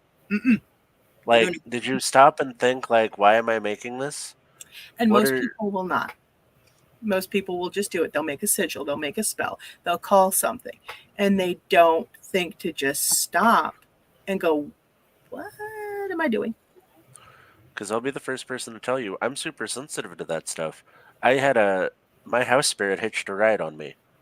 I walked into my kitchen and made myself a honey butter sandwich and a glass of milk at like 3 in the morning. And my husband comes upstairs and sees me in the kitchen eating this sandwich and like chugging a glass of milk. And then I crawled back in bed like nothing happened. Yeah. And I had sat there and thought about it. I was like, it's been a while since I left an offering for the house spirit, and he must have really needed one because, but we need to set some ground rules because that's not okay. Yeah. Now, here's another one. Letting a spirit horse you. Channeling. Advanced, very advanced. What year? So I'm going to go with a decade or more. Yeah, me too. Because it's a very slippery slope, and you have to know when you're channeling like that, there's like different steps. So like, is this thing like sitting on your shoulder talking to you? So that's about the only form of channeling I'll do anymore, is that I won't give anything full control. Right. Because in my younger years, I was stupid, and that was the only way that I knew how to do it. So it was you step back, it comes forward, and you just let it say or do whatever it wants. And then, sometimes bad things can happen. And you literally jumped right into channeling. Jesus. Yeah. Okay. And I got burnt by it, and it's a hell of a lot of moxie, kiddo. Yeah. I'm an Aries and a monkey. Like, yeah, I know. That's true. Never mind. Full bore, no breaks. No, I get that. It can be like doing it with the right protections. It can be a wonderful experience, but it's something you have to have like immense control over yourself and knowing who you are. Yeah. And being able to separate yourselves and give it enough control to get the message across, but not enough to cause any harm. Because I'll occasionally channel when I'm doing paranormal things to talk to a spirit, but I may not know that spirit's full intentions or like what it's capable of, but we're just doing it to talk to it. Yeah. And it's like we're like sitting on the opposite end of a room, and that's as close as it's getting. I'm not letting it touch me, anything like that, and it's like under extreme constraint and control, but it's not something I like to do. I'll put it that way. Nicole Ewing, channeling versus summoning, differences. Summoning is invoking a spirit's essence into the material plane. Channeling is bringing that energy into yourself and letting it act or speak through you. Y'all, I only channeled one spirit, and that was not voluntarily. It was my friend's mom, because she was going to go do something dumb, and the mom jumped into me. And I got to be honest with you, I hated it. I don't even know how anybody can enjoy that. She left like a aftertaste. It was nasty. I mean, she was a nice enough lady and everything, but both my friend and I, we said, don't ever do that again. It's kind of like in the Hollywood movies and all that, when a ghost passes through someone and leaves them slimed. Yeah, pretty much. Yeah. Like you have to. There's some serious cleansing after you do that, and it's physically very exhausting. Actually, I wasn't tired afterward. I was really surprised because, I grew up on movies like Ghost with Patrick Swayze, Gypsy, Thunder. I know you guys know that movie, but I don't know if Nico and Cass will. But no, I grew up with that, and I figured I'd be exhausted. No, I was fine. It's just she left her feelings for her daughter there. It depends on the spirit, because like I've had some where I'm fine, and I've had others like, wow, that really took a lot of energy from me for you to do this. Ugh. Not fun. How do you cleanse that, by the way, just in case it happens again? So you can do like the lesser banishing of the pentacle, or do a full smudge and go scrub your hands in some salt. Okay. Would a rosemary bath help? Yeah. Okay. Rosemary fixes almost everything. I literally wanted to drink some Drano. That was nasty. Or lemonade. Lemonade's a really good Kind of cleanser like too. earlier. Ugh. Thank you. Okay, so we've covered a lot of the basics. Now, I'm going to ask. I've always told people light and dark magic, for me, what it breaks down to, dark magic is anything that overrides somebody else's will. But what are you guys? What are the lines for you guys? I would say either override someone's will or intend harm. Mhm. Okay. But I mean, sometimes intending harm, like defensively, that can be a good thing. It can be, but I still consider it dark. Okay.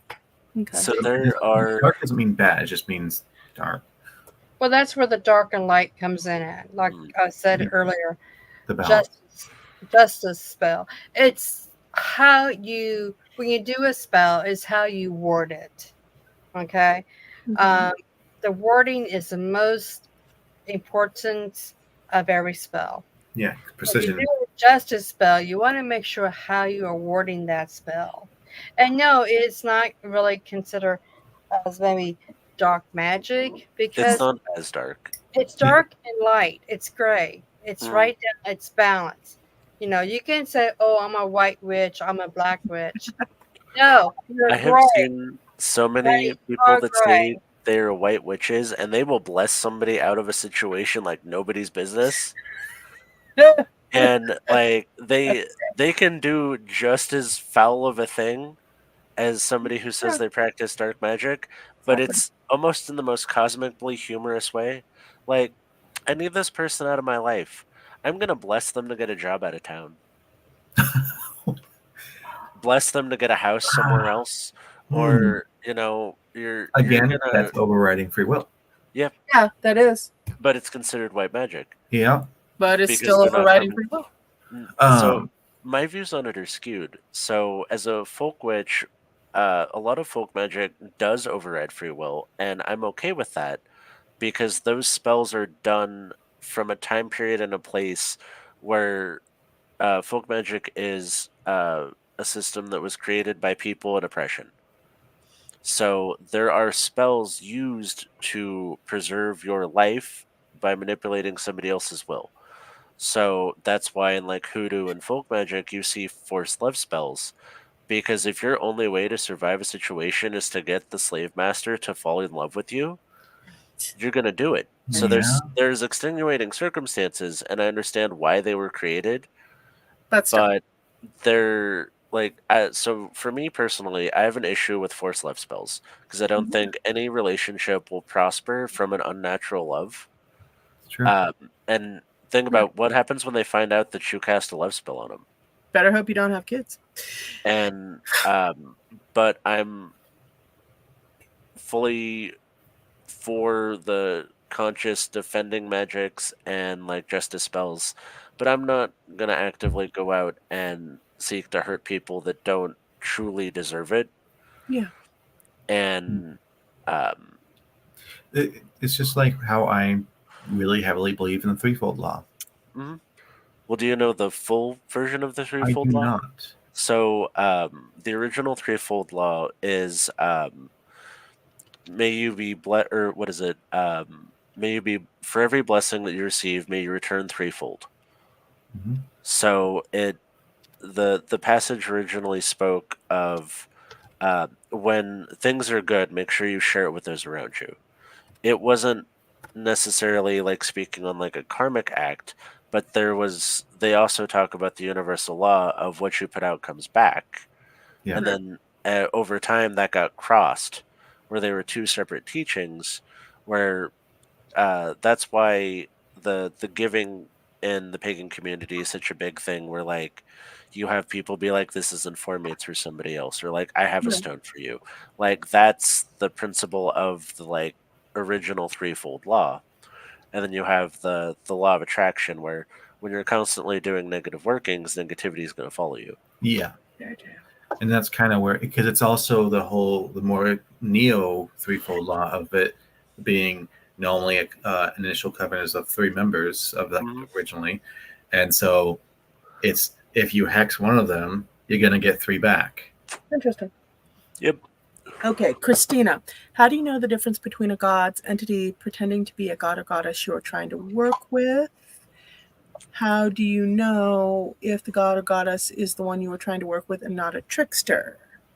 That And has a lot to do with studying their mythologies and like understanding what is this god and goddess associated with, what are their signs, what colors are attributed to them, what cards show up for them, and if things aren't lining up, like you'll have this sense that things aren't quite right, or they might be asking you to do things that that god or goddess have no dominion over. Well, okay, and I can actually further add a question to that. How would you go about it if your goddess or god is like mine, where it's an aspect Kind and of. not a specific god or goddess? See, that's a bit different though, because they encompass aspects of so many different deities. For that, I would call on multiple aspects of the same god or goddess, and then work with those, and meditate with those names, and see kind of what that feels like for you. And then, It's kind of like how originally it was found Frasier to me, but now it doesn't feel so much like that. and I mean, there's some deities that come in, teach us a lesson, and then leave. And That sounds about right, actually. Yeah. Can I make a suggestion though? Mhm. To what you're saying is, for us, we teach circle work. What does circle casting teach you? How to protect yourself. Because when you are casting that circle, you are addressing that nothing, no spirit or entity can enter into your circle. So for a beginner, that would be the way to go. Yes. I like that. Now, Christina, can you unknowingly do dark magic? Absolutely. Yep. Oh, Absolutely. And it's also, one just of like they were my. saying, So there's the keeping them concept dark. of the evil eye, which is when you get that mean stare or somebody's really jealous of you, that can fester on you. And the evil eye exists in multiple cultures. That's an example of people unknowingly sending negativity, or sometimes you have somebody who's really petty and they may pray for your downfall, or they may speak something into existence. Like you, I work in a senior center, and when these ladies play bingo, they throw curses at each other.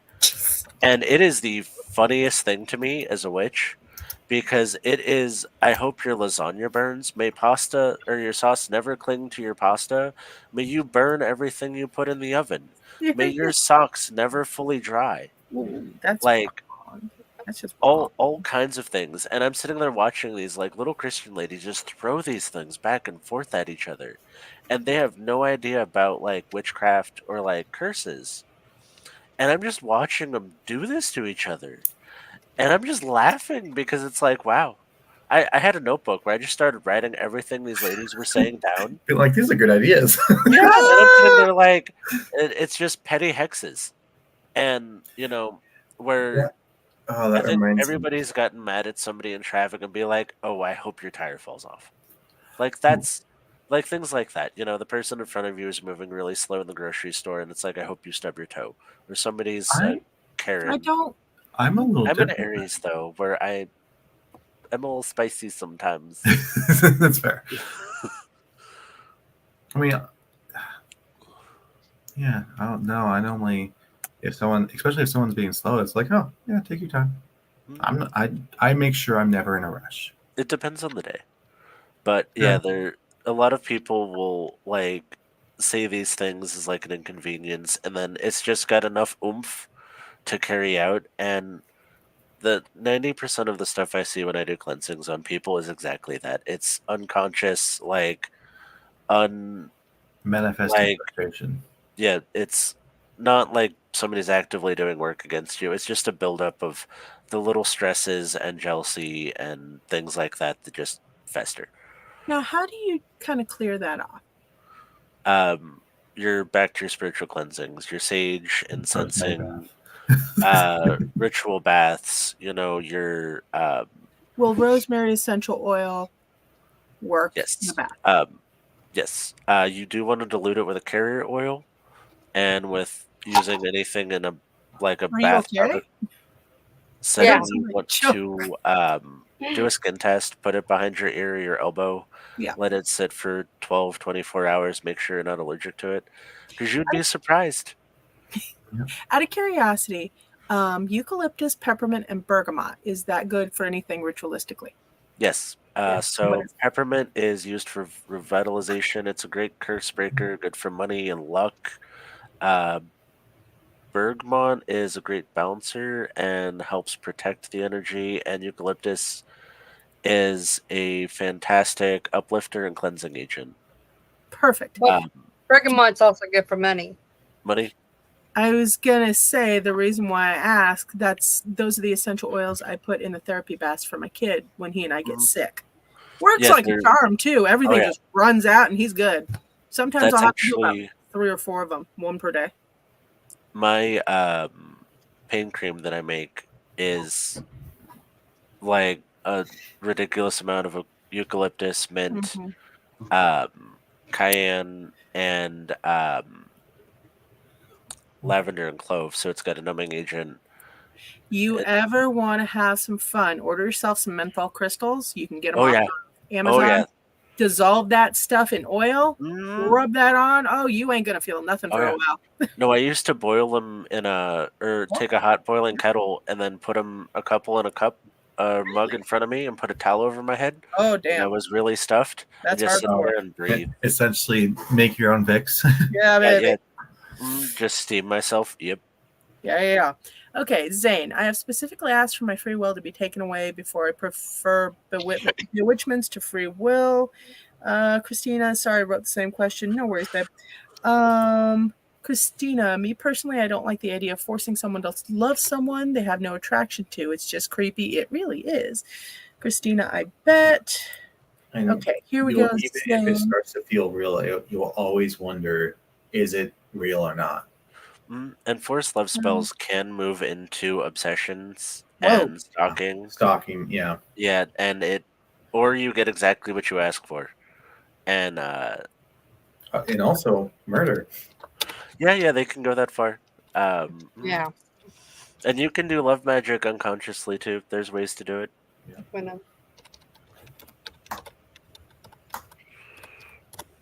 Okay. Zane, I was hanging out with my kid watching football, and I asked God to take away my free will and freeze my ass to the seat because I was chain smoking at the time and needed to focus on my son. Interesting. That's interesting. I might have to play with that concept. For myself. Zane, don't give Nico any more ideas. All right, guys. I love you all, but the pain meds are starting to wear off. My back, I almost threw it out. I've been nursing that for the week, and I have a migraine that's coming back, so I must bid you all adieu. I am sorry. Mine, for some reason, healed. Well, yeah, that's because you're a psychic vamp. Seriously. Yeah. I literally, what I did to my back, I couldn't stand straight. Then all of a sudden, next day, I can stand mostly straight, and then, all right, I'm good. Well, psychic vamp also, my back's been an issue for years, so it is what it is. All right. Thank you all for coming on. I'm sorry I have to cut this short, but I can't stand it anymore. It was just a good time, and always a pleasure. Yeah. Thank you, darling. Always. Bye, everybody. Nico, guys, will you be willing to come on and talk about this later? Yes. Yeah. Gypsy? Again, I'm not as advanced as these two, but yeah. Awesome. Peace. Loves to you all. I'll see you soon. Bye. Right. Oh, all right. I got to go back and I got to do this. Oh, good night, Cass. Good night. Oof. Ouch.